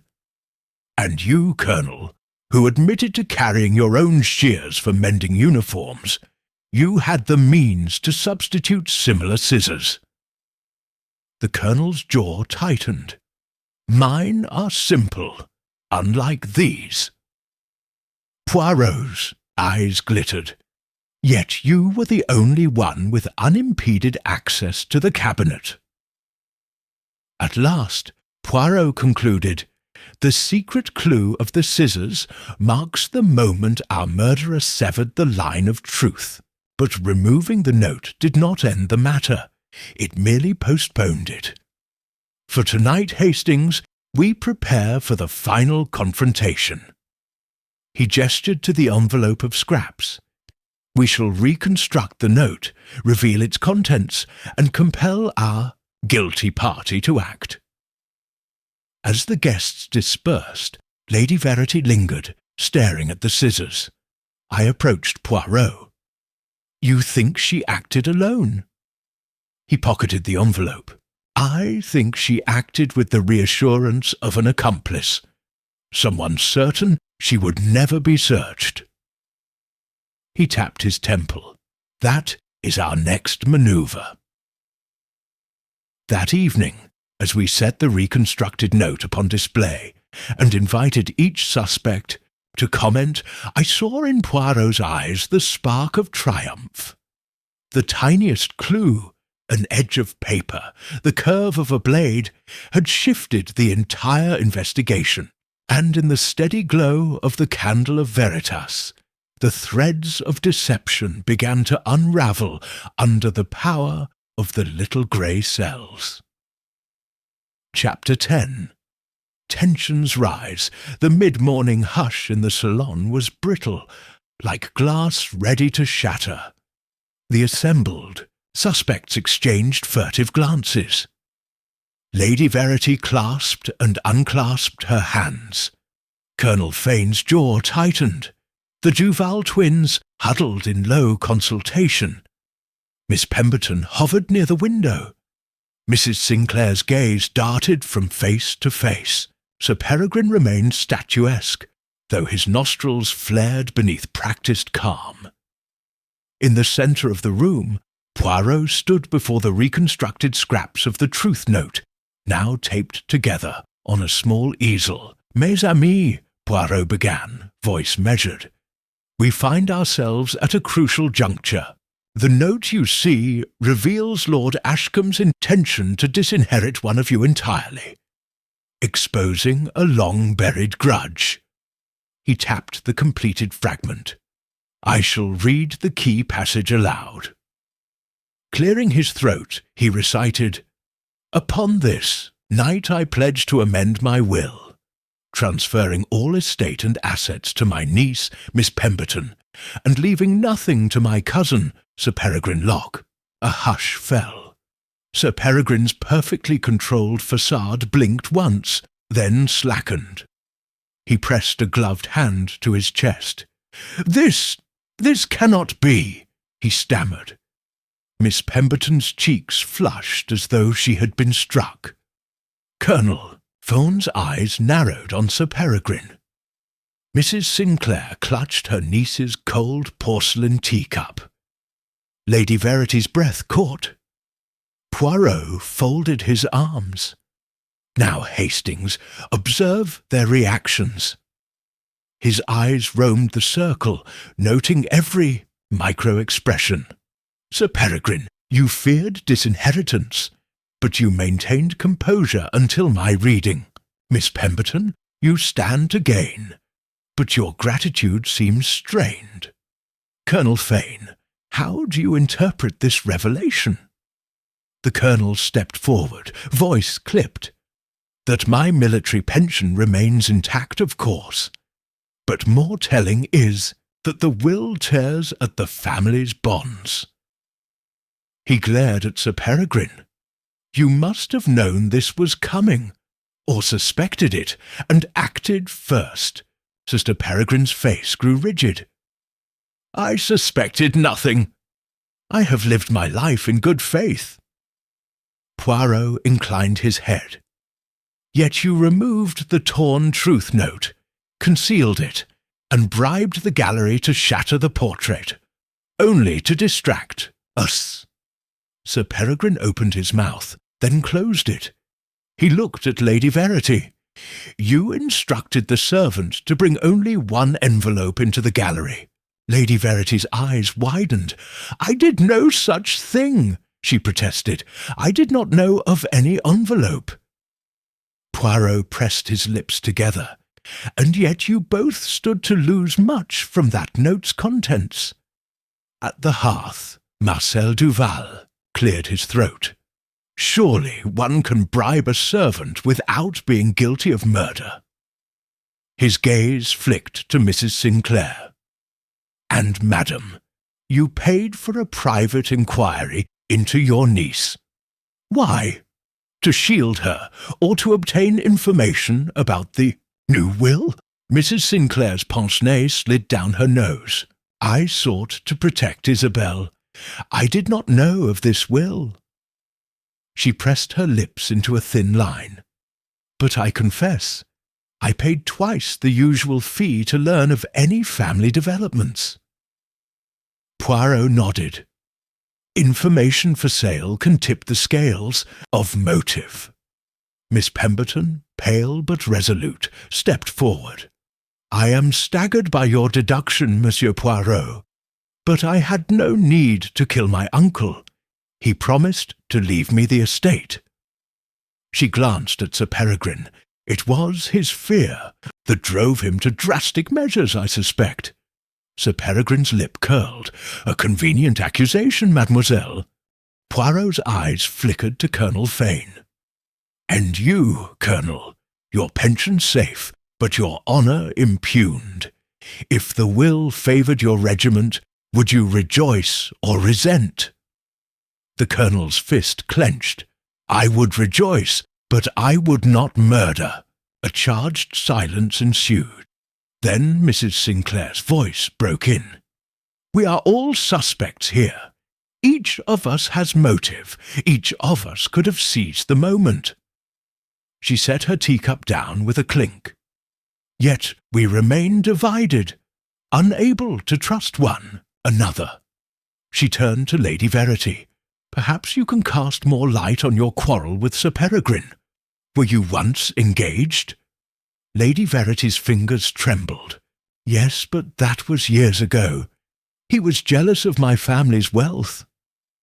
She regarded Sir Peregrine evenly. "And you sought to punish me by keeping me in your debt." Sir Peregrine's lip curled. "You repaid me with insults." At that, Colonel Fane's temper snapped. "Enough!" He strode across the room. "We trade grievances like currency, and none consider the man we lost." The group fell silent, chastened by his tone. Colonel Fane continued, voice hushed. A man who saw each of us as friend and ward. Whoever killed him perverted that trust. Poirot stepped forward, smoothing his moustaches. Exactly the point, Colonel. The murderer knew each relationship, and warred upon it, destroying trust, sowing doubt. He swept his gaze over us. So tension rises, alliances form, recriminations fly, and our culprit watches, waiting for the moment to strike again. He paused, then smiled gently. But tension can be a trap. Tonight, Hastings, we shall offer a final olive branch, an invitation to confess before another tragedy occurs. He turned to the assembled company. We meet here at 11 for one last assembly. You may bring any letter or document you wish, and I promise on my honour, any confession made in this circle will be met with mercy. A collective intake of breath met his words. Lady Verity's eyes glistened. Miss Pemberton covered her mouth. Colonel Fane exhaled slowly. The Duvals exchanged uneasy looks. Mrs. Sinclair's knuckles whitened around her teacup. Sir Peregrine's posture straightened as though bracing for defeat or triumph. Poirot inclined his head. Until then, reflect upon what mercy might mean, and who among you has the courage to seek it. As the guests departed, their footsteps echoing down the corridor, Poirot turned to me. Hastings, you see how the tension rises, binding their hearts like a noose. Only when they believe themselves cornered will one make a fatal move. He tapped his head. We have set the stage. Now we wait, and watch the little grey cells lead us to the truth. Outside, the autumn wind rattled the window panes, as if urging the final confession from some hidden soul. And in the stillness of the grand house, I sensed the moment of reckoning drawing ever closer. Chapter 11. The confrontation, 11 o'clock arrived with a portentous stillness. The guests reassembled in the salon under the soft glow of the Veritas candle, each bearing an envelope or document as requested. Poirot stood at the head of the room, his little grey cells visibly churning. I noted the tension. Lady Verity's hands trembled around her letter. Colonel Fane's overcoat sleeve brushed nervously against his cufflinks. Sir Peregrine Locke paced with measured steps. Mrs. Sinclair clasped and unclasped her purse strap. The Duval twins exchanged a glance. Miss Pemberton hovered by the mantel. Poirot raised a hand. Mes amis, tonight we confront the murderer of Lord Ashcombe. I have here the results of 2 tests, one chemical, one material. He held aloft a small glass vial. The chemist's report that prussic acid was detected not only on Dr. Ward's flask, but also on the tip of one umbrella left in our cloakroom. He placed the vial beside a folded black umbrella on a nearby table. A collective intake of breath followed. Furthermore, Poirot continued, retrieving a scrap of mourning silk and a tiny shard of glass from his pocket. This silk, matching Lady Verity's gown lining, was found beneath the study's window-sill, along with this fragment. I proposed it was a decoy. But upon analysis, the glass and silk both bear microscopic scratches inconsistent with forced entry, suggesting they were placed deliberately. He stepped back, letting his words settle, then turned to Mrs. Sinclair. Madam, your gloves bear no wax, yet you hold here a receipt for 2 pounds of seal wax, identical to that used on Lord Ashcombe's blotter. You claim ignorance. Mrs. Sinclair's eyes darted. I ordered the wax for my niece's wedding invitations. Poirot inclined his head. A large quantity, Given the scale of the invitations, one wonders whether you had reason to replicate the seal for darker purposes. He smiled gently, then addressed the Duval brothers. Messieurs, your firm supplied prussic acid to Dr. Ward, yet one umbrella exhibits a residual trace. You offered to assist the doctor in his experiments, did you not? Marcel Duval's face reddened. Only in legitimate assays, Poirot. Poirot's moustaches twitched. Credible, yet this umbrella was not among your own, but belonged to another guest. We shall return to that point. Poirot swept his gaze to Colonel Fane. Colonel, umbrellas are a soldier's companion.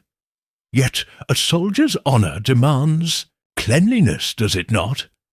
Tell us, why does this umbrella's tip bear unsanded scratches, as though deliberately smoothed?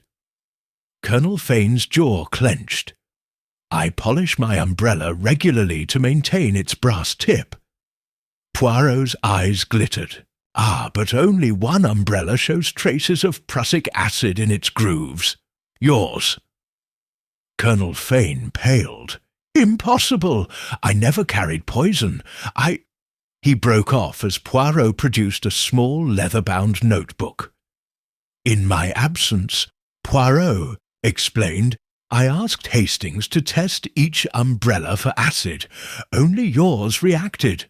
Yet more telling is your note here. He flipped open the book to a penciled entry. September 3rd, 1922. Order prussic acid sample from Duval & Co.'s. Prepare dart tips. Colonel Fane's eyes widened. He reached for the notebook. But that is not my handwriting.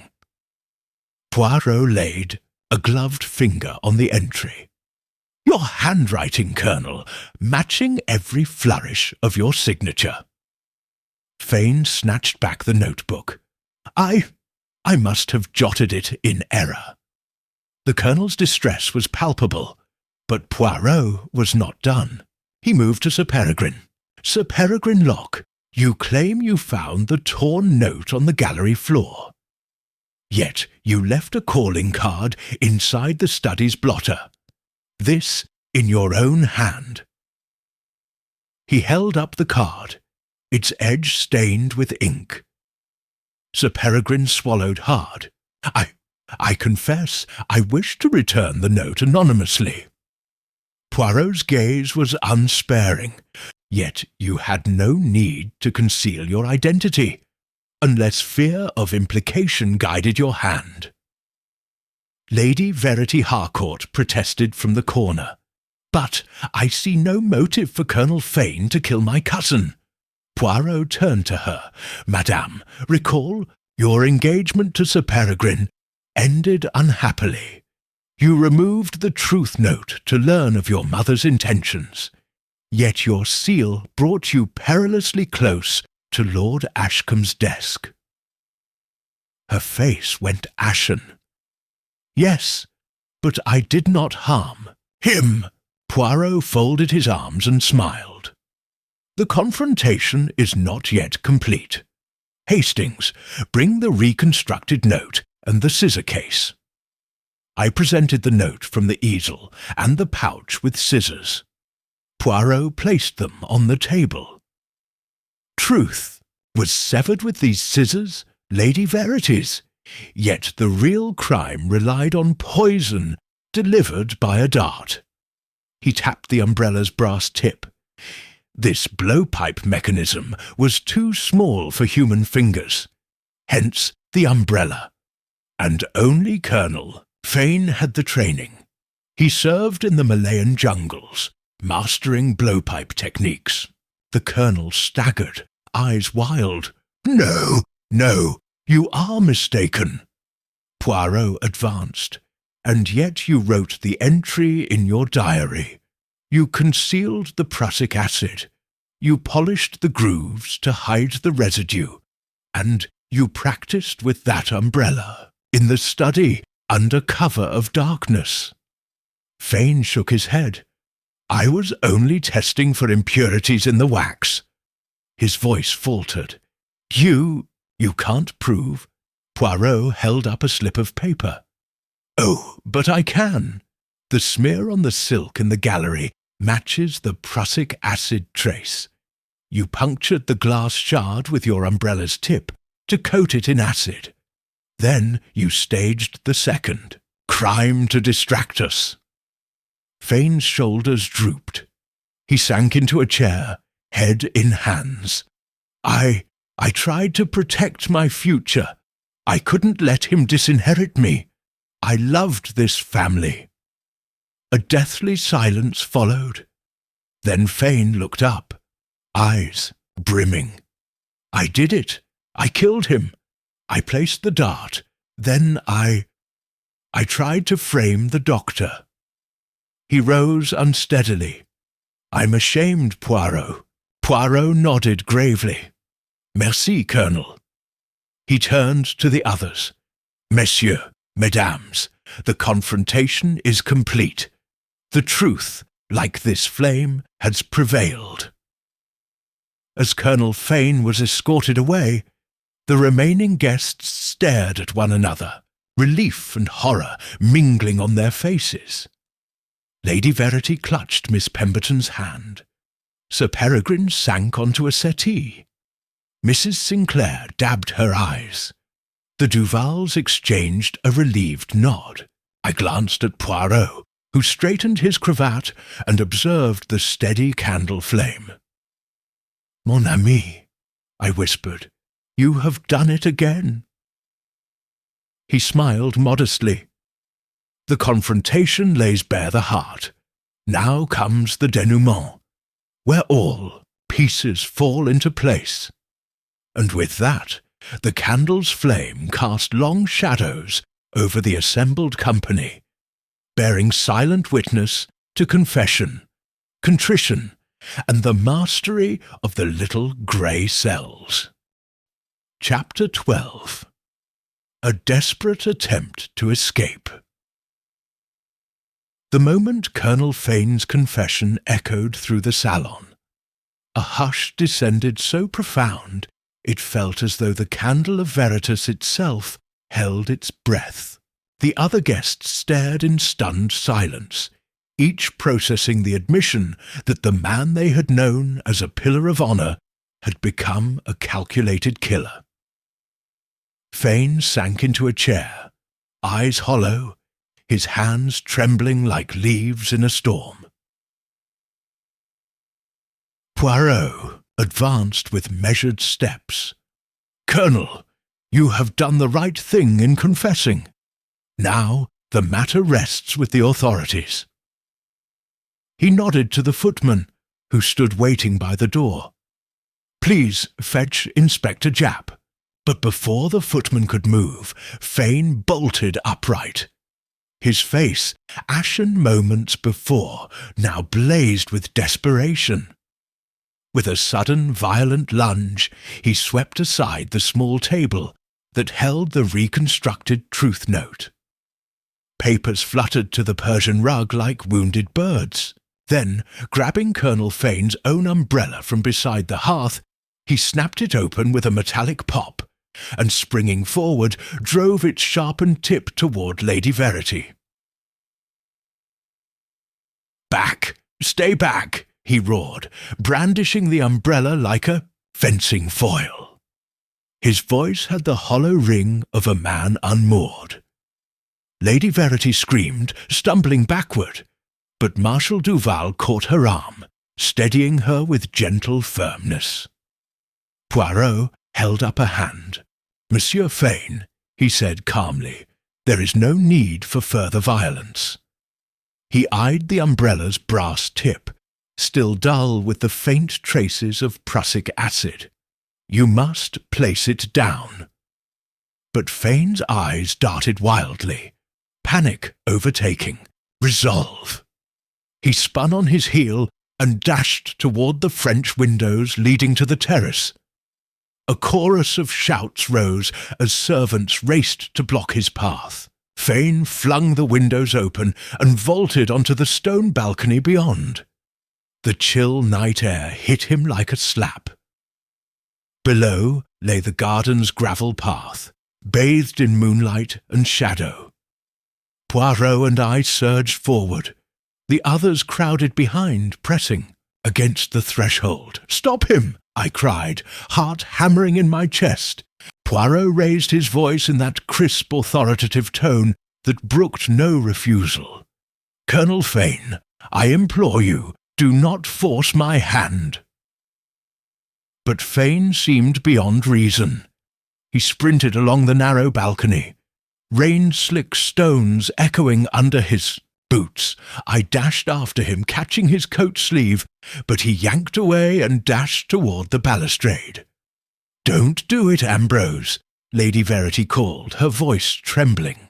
"You don't want to ruin what's left of your honour." Fane paused, weight shifting at the edge, the umbrella raised like a desperate plea. His chest heaved, eyes glassy with fear. I reached him and grabbed the umbrella handle.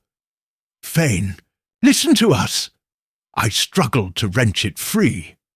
Colonel Fane's grip was iron. He snarled, "They'll lock me away! I can't face it!" His voice cracked. Ashcombe had ruined my life. I only wanted to protect my future. Poirot appeared beside us, hands raised in gentle restraint. "Colonel, tomorrow you shall explain all to the magistrate. Your confession is already known. There is no need to leap to ruin." He stepped closer, voice softening. "Think of your wife and son. You have admitted your guilt. Now you may seek redemption."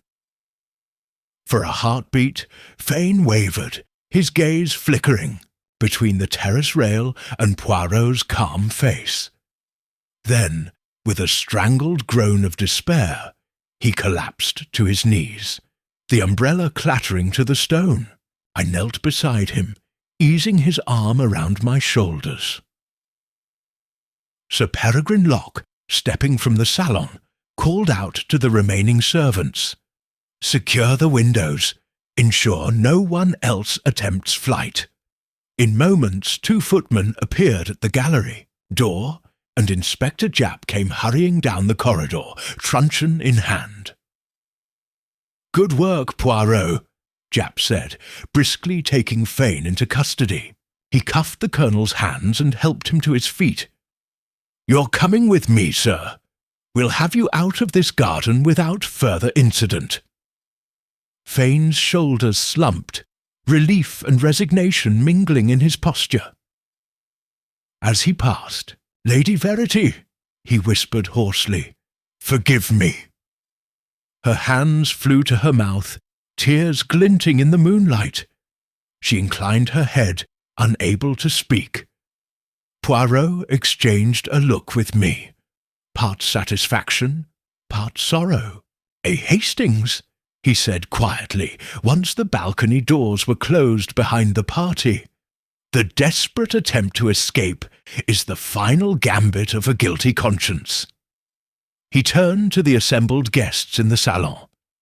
"Mesdames et messieurs, our circle is no longer closed, for one has left it in chains."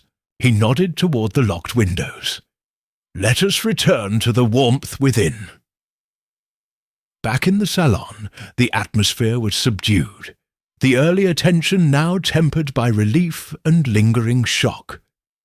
Lady Verity sank into a chair, her hands pressed to her lips. Miss Pemberton hovered beside her, offering silent comfort. The Duval twins exchanged solemn nods. Mrs. Sinclair dabbed her eyes with a lace handkerchief.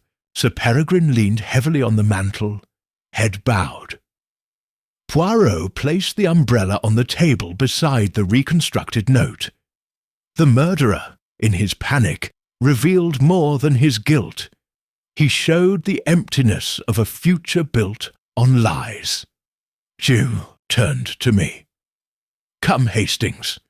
We shall review the final pieces of evidence and prepare to bring this drama to its close." As we moved toward the study, I glanced back at the candle of Veritas, still burning steadily amidst the upheaval. Its flame was a silent witness to confession and contrition, and now to the desperation of a man cornered by his own deceit. In that steady glow, I sensed the end of one chapter and the inexorable approach of the final revelation. Chapter 13. The final piece falls into place. Morning light filtered softly through the drawn curtains, as if hesitant to disturb the fragile calm that settled over Eaton Square. Inside the salon, the Veritas candle still burned, its unwavering flame mirroring Poirot's unshakable resolve. Colonel Fane had been removed, the police statements taken, and yet the shadow of murder lingered. This, Poirot declared, was the hour to complete the puzzle. I found him in the study, spreading evidence across his polished desk, the reconstructed truth note, Lady Verity's monogrammed scissors, the prussic acid-stained umbrella, Tip, the scrap of morning silk, and the fragment of glass from the gallery. He tapped each item with a delicate finger. Hastings, now that the confession and the desperate escape have occurred, we must reconcile every fact in a single account. I nodded. So, the final pieces, Poirot smiled. Observation, mon ami. Let us verify two details, the missing will and the precise moment of departure from the study. He retrieved the blotter from Lord Ashcombe's desk, the very blotter bearing fresh impressions and seal wax. Carefully, he lifted its edges and revealed an envelope, sealed but corner-torn. Here lies the will's envelope, stamped with Ashcombe House seal. It was placed under the blotter to hide it from view. He peeled it loose and slid the will onto the desk. We must examine its contents to confirm Ashcombe's final intention. As Poirot broke the seal, Lady Verity, Mrs. Sinclair, Miss Pemberton, the Duval twins, Sir Peregrine, and Dr. Ward filed into the room, drawn by his summons. Each took a seat in the familiar circle, faces pale with anticipation. Poirot held the parchment aloft. Mes amis, the time has come to see the will itself. He unfolded it and read in measured tones. I, Giles Ashcombe, hereby bequeath all properties, funds, and personal effects to my beloved niece, Celia Pemberton. My cousin, Peregrine Locke, shall receive no portion of my estate. Let no tear in. Paper or destruction of portrait undo this testament of my affection. A collective intake of breath followed. Sir Peregrine's face went chalk white. Miss Pemberton's lips trembled with relief. Lady Verity closed her eyes. Mrs. Sinclair dabbed furtive tears. Dr. Ward's shoulders sagged. The Duval brothers exchanged anxious glances. Poirot refolded the will and laid it on the blotter.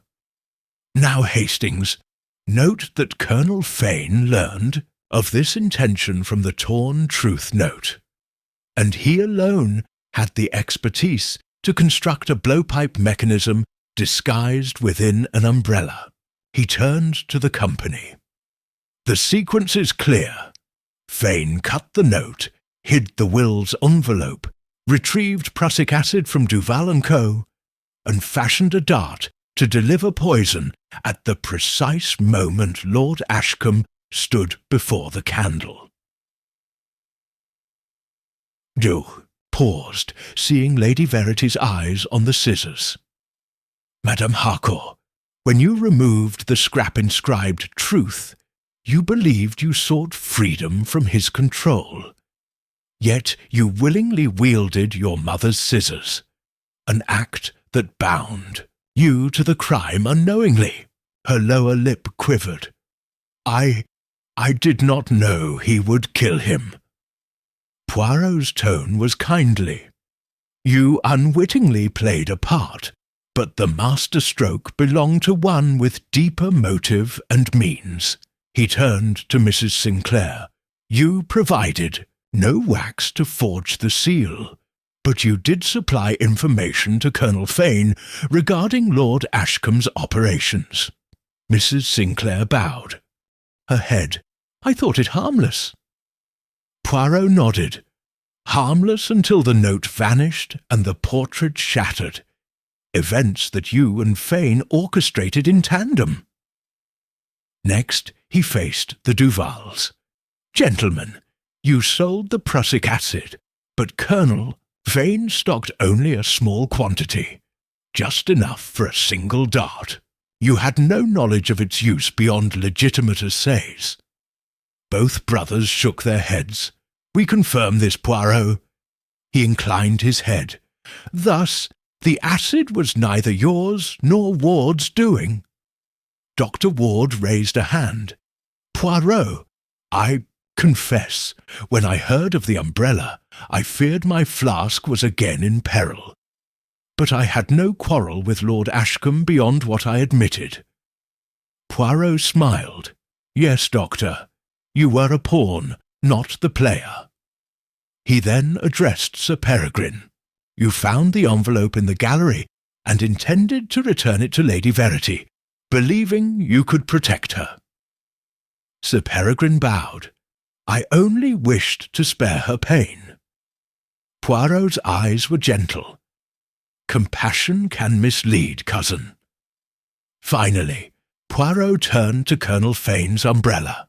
And you, he said, lifting the dart-firing umbrella, tested its mechanism beneath this very desk, arriving at precisely 9:14 p.m. Then you approached Lord Ashcombe as he admired the candle's flame, expecting the dart to work swiftly and silently. He paced slowly. But you accounted not for one thing. The candle would never burn what was innocent. It only flickered when the dart struck. That momentary hesitation betrayed you to me. He set the umbrella aside and faced us all. And so, mes amis, the final piece falls into place. The will, the cut note, the scissors, the acid, the umbrella, and the confession. Each acted in concert to mask the single motive. Colonel Fane's fear of disinheritance and his desperation to preserve his honour and legacy. Poirot folded his hands. Let us now retire to the salon for the last act, the grand reveal. He led the way, carrying the will and parachute of evidence. We followed, leaving the studies hush behind. In the salon, Poirot arranged the guests in a semicircle before the candle. Mesdames et messieurs, I present the completed portrait of truth. He recounted succinctly each step, Lady Verity's removal of the truth scrap, Mrs. Sinclair's information, the Duvals' supply of acid, Dr. Ward's innocence, Sir Peregrine's misplaced envelope, and Colonel Fane's murderous plan. As he spoke, he lifted the physical tokens, scissors, dart, umbrella, so each could see. At the final moment, he turned to Colonel Fane. You planted false leads, destroyed heirlooms, and tried to flee. Yet, in doing so, you revealed the malice of a borrowed instrument, the umbrella of a soldier, employed as blowpipe. He bowed his head. Your confession and capture confirm the justice of Lord Ashcombe's testament. Colonel Fane, seated and resigned, lifted his gaze. Poirot, you have shown me the error of my ways. I only wished to honour my family. Poirot inclined his head. You shall honour it best by accepting the consequences. Poirot addressed the survivors. The candle has endured. so too has the truth. Let this gathering stand as testament to the power of the little grey cells, and to the justice for which we all strive." He extinguished the candle with a gentle breath. Its flame winked out, leaving the salon in tranquil darkness, broken only by the certainty that every secret had been laid bare. And thus, at last, the final piece fell into place. Chapter 14. The Final Gathering. Late afternoon light warmed the high salon windows as the last guests filed in, their faces etched with weariness and anticipation. The hour had come for the final gathering before Poirot's grand reveal. The candle of Veritas stood upon its marble pedestal, burning with an unperturbed flame, a silent witness to the confessions, deceptions, and near catastrophe that had transpired under its glow. Lady Verity Harcourt entered first, her gown as dark as her thoughts, but her carriage steadied by a new-found resolve. She paused to glance at the easel bearing the reconstructed truth note, then smoothed her hands against her skirt. Miss Celia Pemberton followed, clutching a delicate handkerchief, relief still mingled with apprehension in her eyes. Dr. Lionel Ward, though exonerated, appeared pale, his gaze fixed upon the umbrella tip displayed on the side table. Mrs. Agatha Sinclair arrived next, her composure regained yet guarded, as though expecting a new betrayal at every turn. The Duval twins approached together, their matching expressions inscrutable. Marcel allowed Antoine to choose a seat first, a subtle courtesy between brothers who had nearly been torn apart by suspicion. Sir Peregrine Locke entered last, bowing politely to each guest before settling uncomfortably near the hearth, as though hoping its warmth would ward off the chill of dread. Poirot stood at the centre, hands folded behind his back, moustaches perfectly waxed, eyes alight with purpose. I stood beside him, silently marking the positions of each suspect. The circle was complete, every player now positioned for the final act.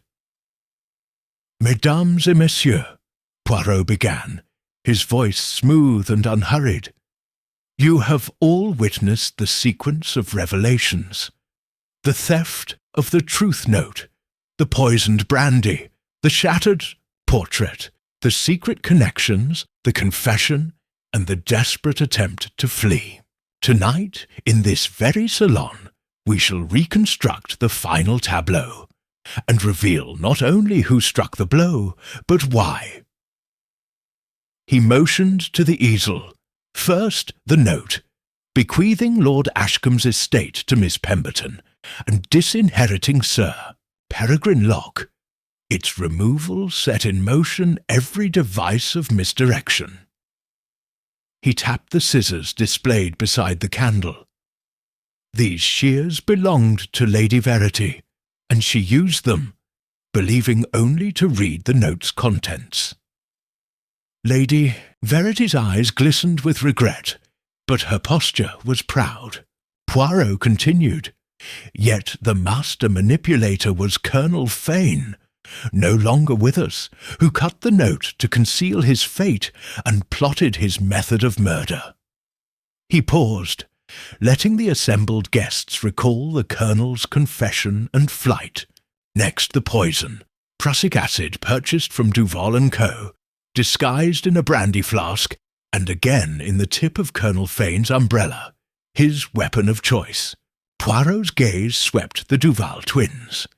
"Monsieur Duval, you unwittingly provided the means, but not the motive." The brothers exchanged a wordless nod. He then turned to Mrs. Sinclair. "Your search into the family's private affairs fed the Colonel's paranoia that he would lose his standing and your niece's reputation. Mrs. Sinclair bowed her head. "I did not foresee." Poirot nodded. "None of us foresee how small deeds are woven into greater tragedies." Poirot raised his hand, calling for silence. "But observe the fulcrum upon which this drama pivoted, the reconstructed will itself." He held up the parchment one last time. "This document would have liberated Miss Pemberton, devastated Sir Peregrine, and sealed Colonel Fane's doom. It was hidden beneath the blotter, awaiting the reading that never came." He stepped forward toward Miss Pemberton and Sir Peregrine, standing side by side. "Miss Pemberton, you received Lord Ashcombe's final inheritance, your rightful legacy. Sir Peregrine, you lost your claim completely." Sir Peregrine's eyes burned with regret as Poirot addressed them both. "Yet neither of you struck the fatal blow." Poirot moved to the centre of the circle, sweeping his gaze wide. "No, mes amis, the true gathering of final moments occurred at the candle." He pointed to the flame. "Here, at 9:14 p.m., Colonel Fane approached the hearth under pretence of inspecting its draught. Armed with his umbrella blowpipe, he delivered the dart. The candle flickered, his heart faltered, and from that moment on, everything else was but a desperate scramble to hide his deed." A hush fell, broken only by the soft crackle of the wick. Each guest bore the weight of that revelation. How close they had stood to the crime, how nearly each had been ensnared by the Colonel's craft. Poirot's voice softened. "We assembled here tonight not merely to accuse, but to reflect on human frailty. The truth, as always, burns brightest when distilled through the little grey cells." He inclined his head. "And now, let us allow the candle to rest. Justice has been served, and the heirlooms of trust must be rebuilt, one confession at a time." He extended his hand toward me. "Hastings, you may extinguish the flame." I dipped my fingers to pinch the wick, but Poirot stopped me with a gentle lift of his hand. "No, mon ami, let the flame die softly as our story closes." He brought his palm before the flame. It wavered, then winked out, leaving only the soft lamplight to illuminate the gathered company. In the aftermath, as the guests exchanged sombre farewells, I watched Poirot's calm face. The final gathering had fulfilled its purpose. The tapestry of motives laid bare, the deceits unmasked, and the circle of suspicion finally broken. And in that moment of tranquil darkness, I knew that the little grey cells had triumphed once more. Chapter 15. The Reveal. The salon lay hushed in the aftermath of the final gathering, the echo of Poirot's gentle exhortation still lingering in the air. The assembled company sat in tense silence, eyes fixed on the unlit pedestal where the Veritas candle had burned. Poirot stood before them, hands clasped, his little grey cells having reached their inevitable conclusion. "Mesdames et messieurs," he began, his voice both calm and compelling, "we have journeyed together through diversions, confessions, and near tragedy. Now it is time to strip away every last veil and expose the heart of this matter." He paused, letting the gravity of his words settle. "I shall recount the sequence of events one final time, and then name the one responsible for Lord Ashcombe's death." He turned to the easel and picked up the reconstructed truth note. At precisely 8:55 p.m., our victim prepared to amend his will. he penned his final testament, bequeathing everything to Miss Pemberton, disinheriting Sir Peregrine. He wrote the word truth upon a scrap, intending to secure a second signature. Poirot laid the note on the table. At 9 p.m, Lady Verity entered the study, scissors in hand, to read that note, seeking liberation from his control. She cut away the scrap, pocketed it, and departed without knowledge of the violence to come. All eyes turned to Lady Verity, who bowed her head. Poirot nodded in acknowledgment, then continued. At 9:02 p.m, Mrs. Sinclair, having sought information on her niece's future, informed Colonel Fane that Lord Ashcombe intended to disinherit not only Sir Peregrine, but also that Fane's regimental pension might be jeopardized by family debts. Mrs. Sinclair's expression crumpled, but she remained silent. By 9:05 p.m, Colonel Fane had procured prussic acid from Duval & Co. under the guise of laboratory assays. Poirot looked to the Duval twins. "Messieurs, you provided the means but had no knowledge of its intended use." They inclined their heads in solemn agreement. At 9:10 p.m, Colonel Fane stealthily prepared his weapon. He fitted a single microdart, dipped in acid, into the hollow tip of his umbrella. Poirot held up the umbrella tip, the brass glinting dimly in the lamplight. He approached the study door as Lord Ashcombe admired the eternal candle's flame, positioned himself at a precise angle, and at 9:14 p.m. released the dart. He paused, eyes sweeping the room. The flame hesitated for a heartbeat, its only sign of disturbance. A murmur rippled through the company. Poirot raised a gloved hand for silence. Had Colonel Fane simply fled, the matter might have been deemed an accident. But he, in his desperation, orchestrated a series of diversions, poisoning a brandy flask to implicate Dr. Ward, shattering the portrait to draw us into the gallery, secreting the actual will beneath a blotter, and stealing the truth note to conceal the motive. He folded his hands behind his back. Each diversion served to mislead us, to fracture our trust in one another, while he remained obscured in plain sight.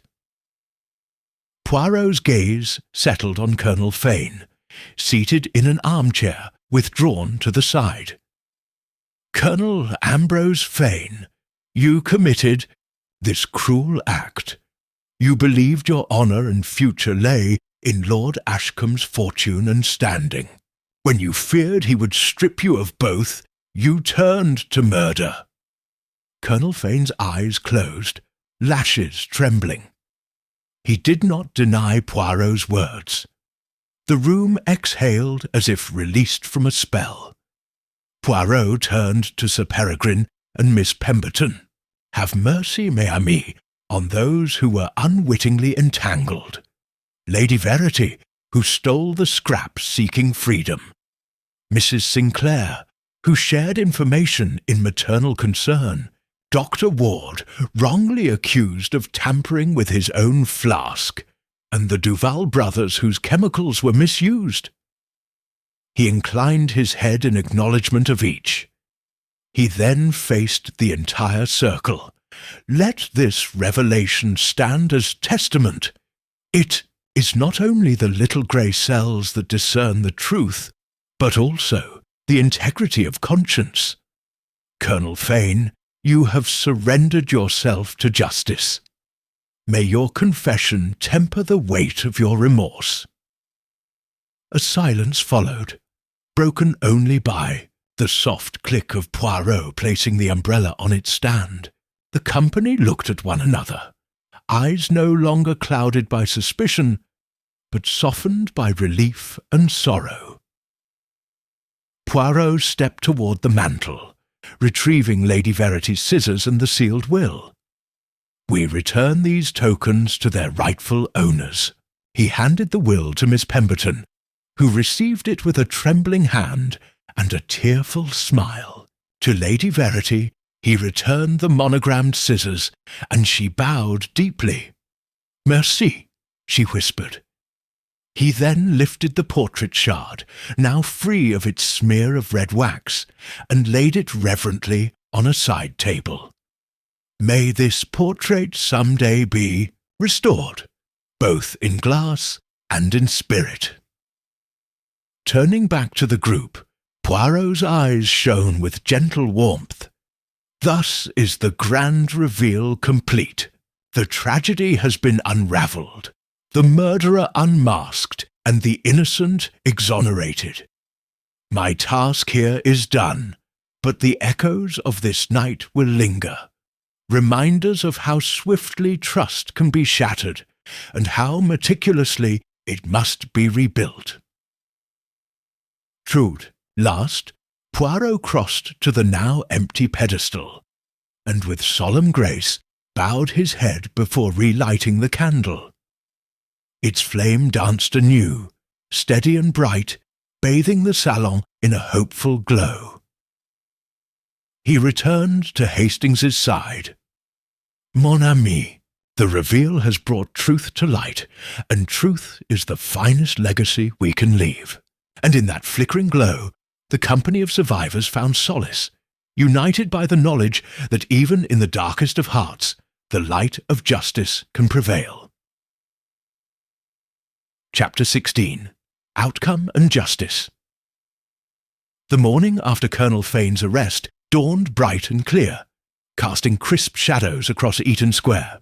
In the salon, the aftermath of Poirot's grand reveal lingered like the final notes of a sonata.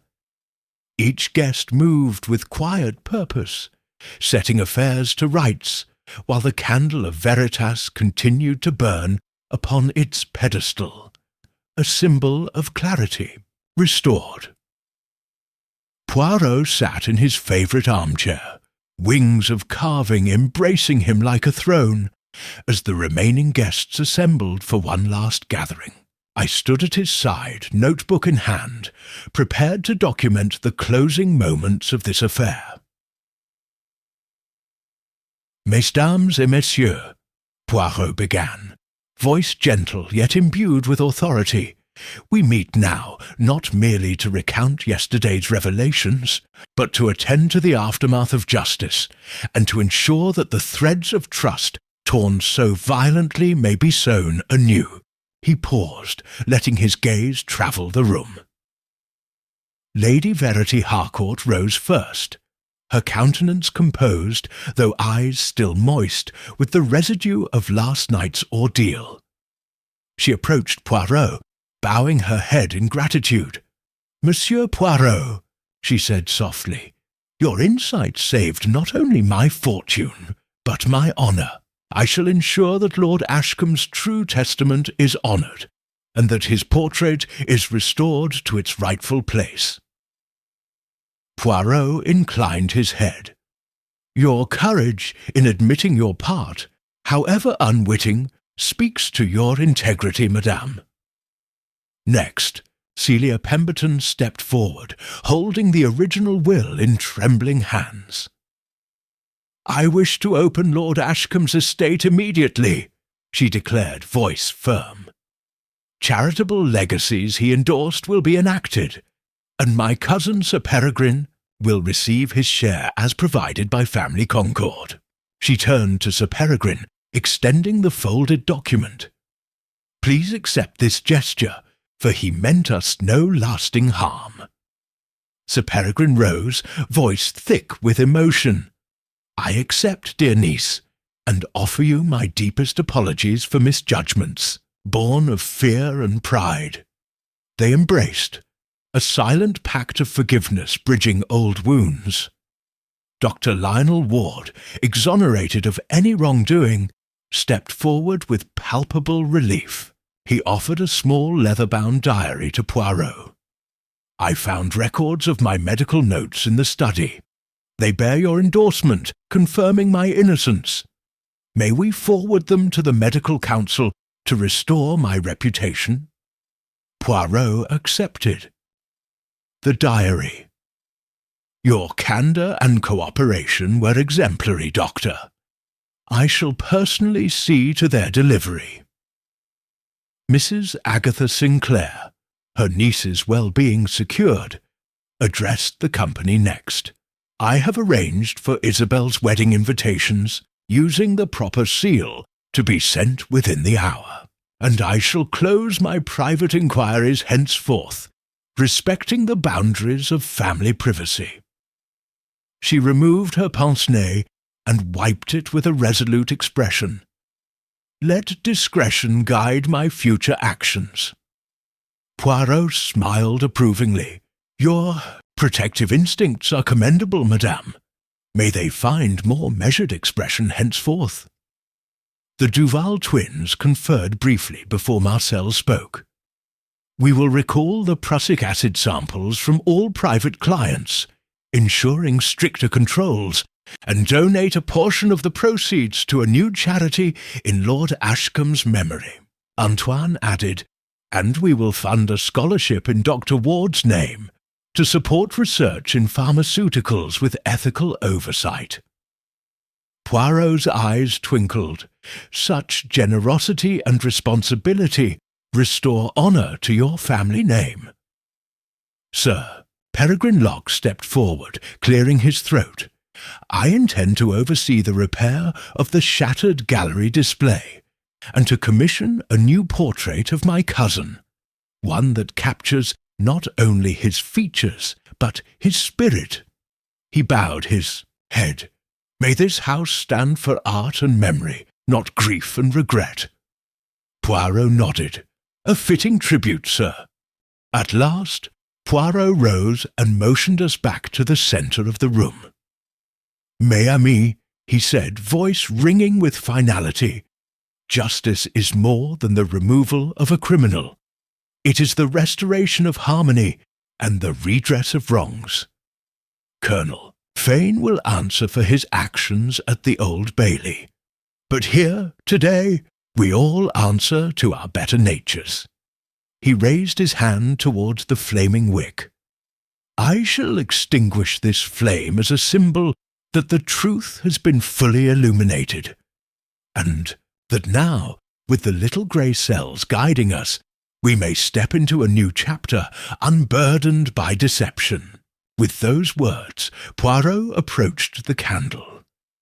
I watched as he gently placed his palm before the wick. The flame quivered once, then winked out in a single, delicate breath. The salon, bathed now in gentle lamplight, felt at once hushed and whole. Poirot turned to each of us, his expression suffused with warmth. Go now, mes amis, and carry with you the lesson that no secret can thrive in perpetual darkness. May your lives be guided by integrity and compassion. He offered his hand to Lady Verity, then to Celia, to Dr. Ward, to Mrs. Sinclair, to the Duvals, and finally to Sir Peregrine.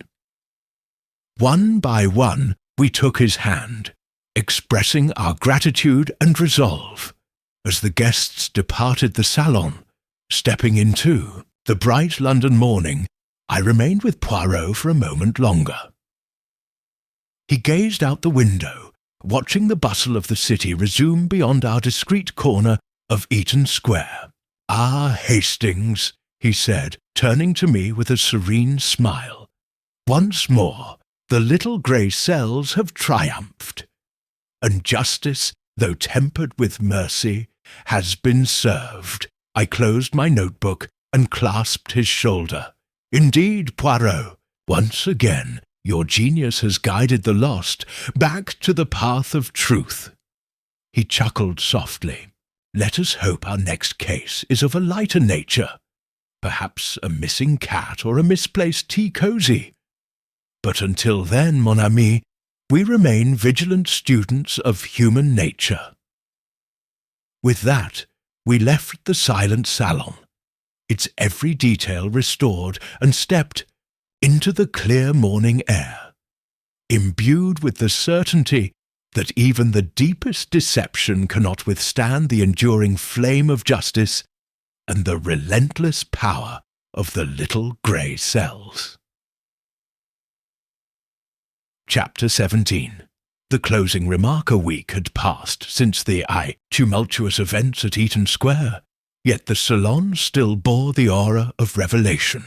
The Veritas candle, its long wick now spent, stood cold and unlit upon its marble pedestal, a silent testament to the truths it had witnessed.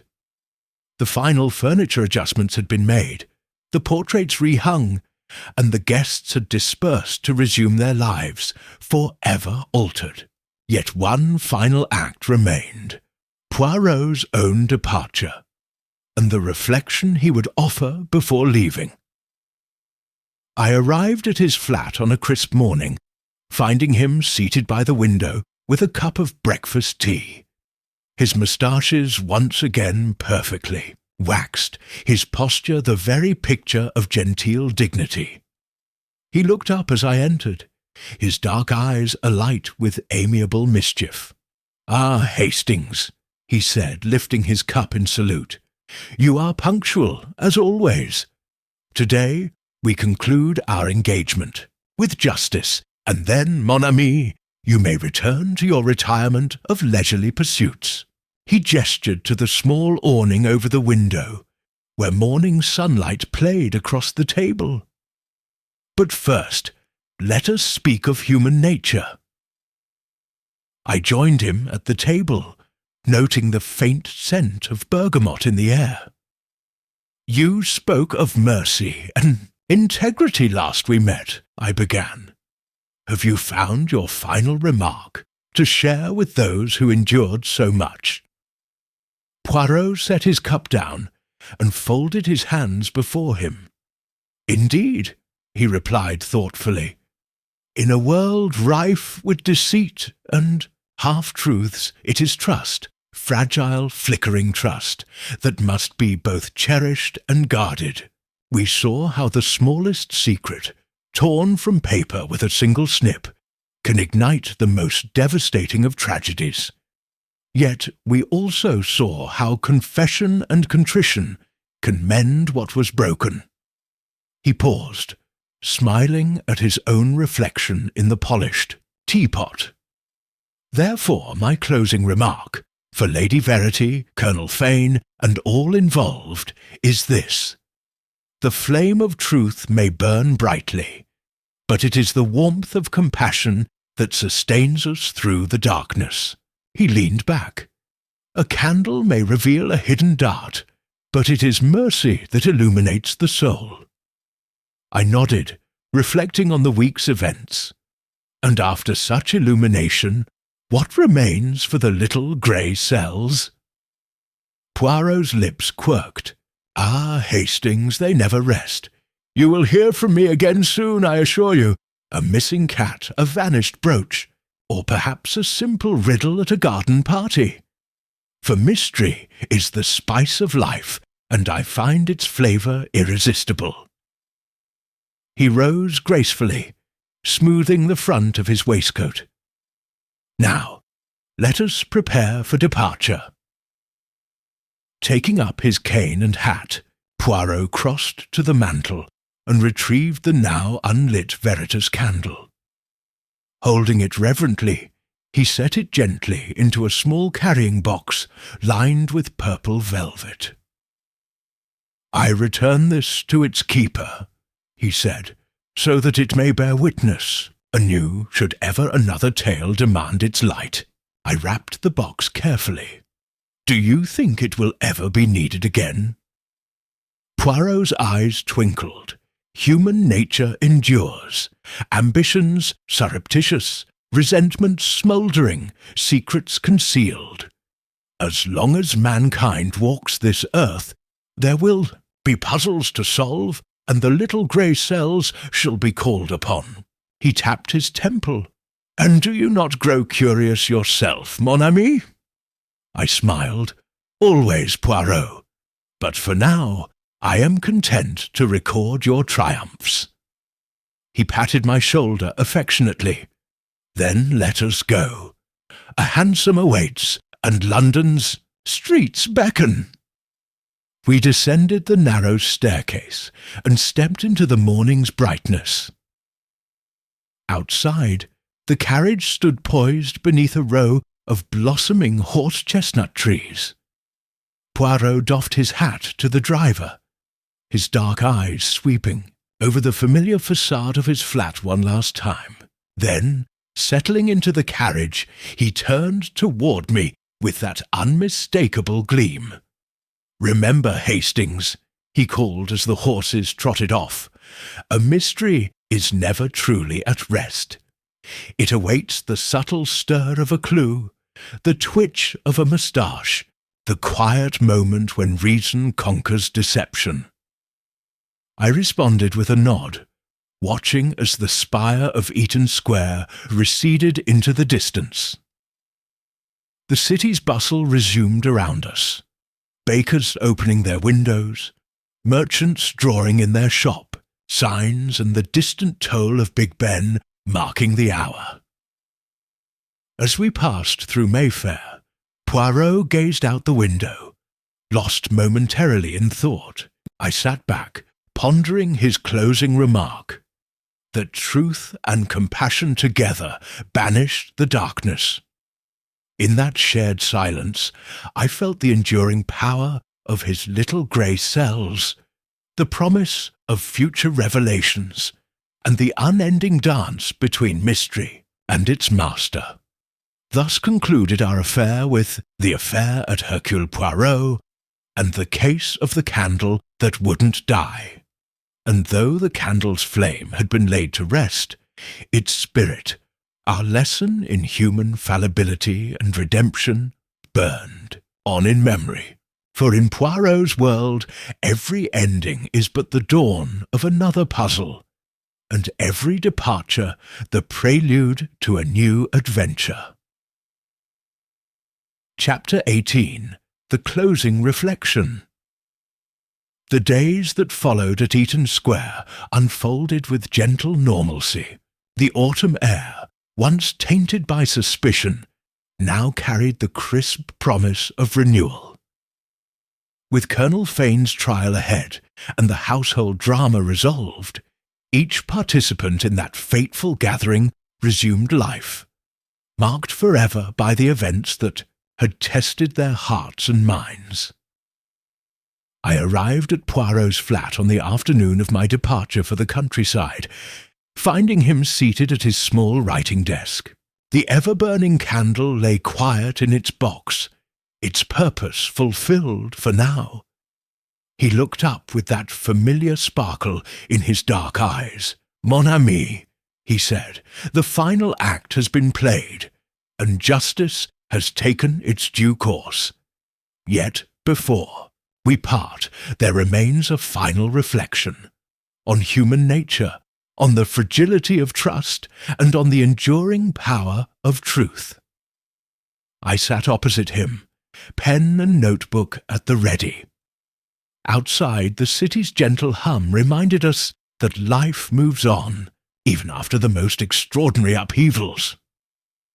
Poirot leaned back, steepling his fingers. "Consider, Hastings, the delicate web of relationships at play. Lady Verity's desperate yearning for independence, Miss Pemberton's innocent hope for her legacy, Sir Peregrine's wounded pride, Mrs. Sinclair's protective instincts, Dr. Ward's fear of scandal, the Duval's unwitting complicity in supplying poison, and Colonel Fane's tragic descent from honourable soldier to murderer." He paused, as though summing a symphony in a single breath. Each motive was fully human, none monstrous, until choice made them so. He rose and crossed to the window, watching the leaves swirl in the breeze. The candle of Veritas served as both lure and lantern. It drew us closer to hidden truths, then illuminated them in stark relief. But the true flame of justice burned not in wax and wick, but within the little grey cells, our capacity for observation, reasoning, and compassion. I nodded, picturing each suspect's journey from suspicion to redemption or ruin.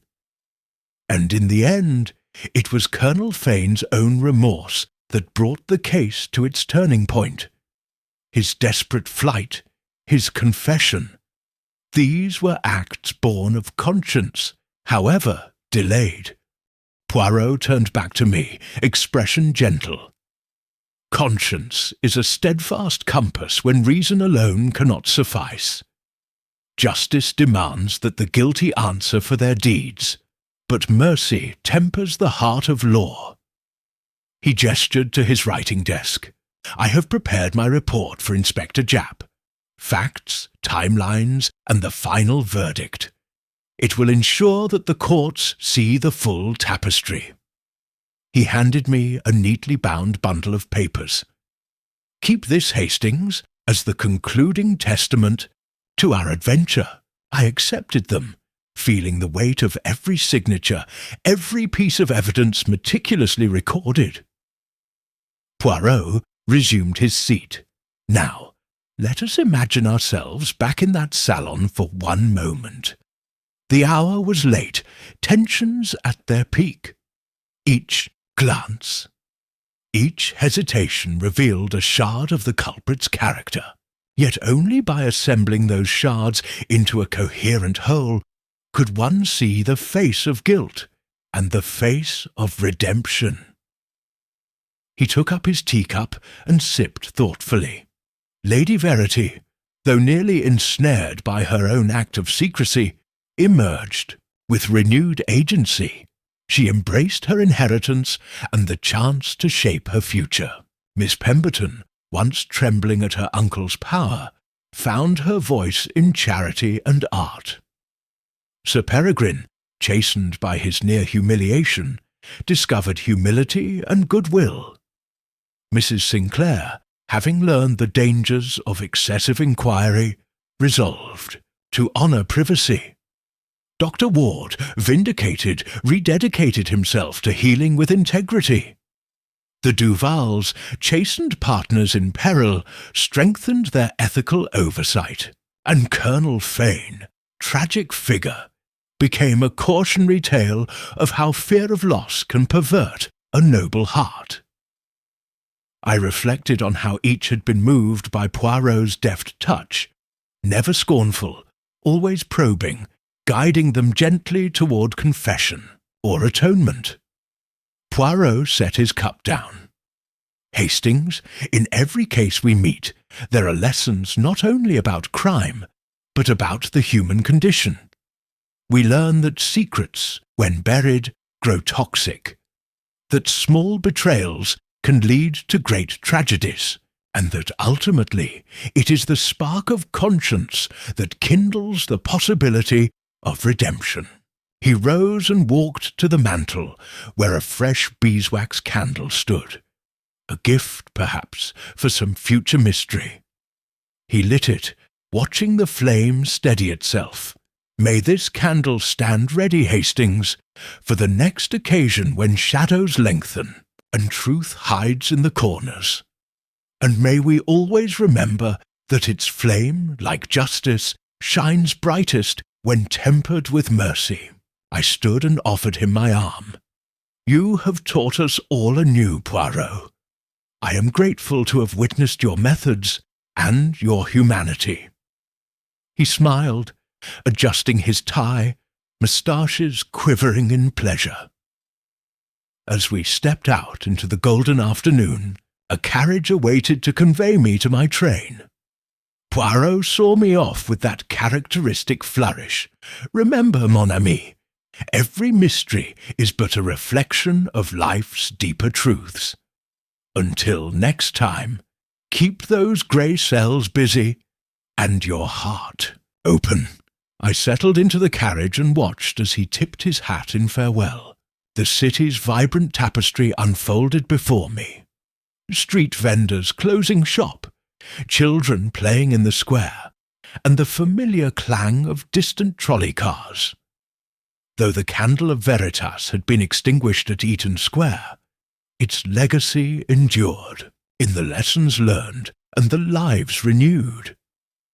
And as the carriage rolled away, I carried with me the certainty that wherever there is deceit, there will be a need for reasoned clarity, and for the little grey cells that pierce the darkest of mysteries.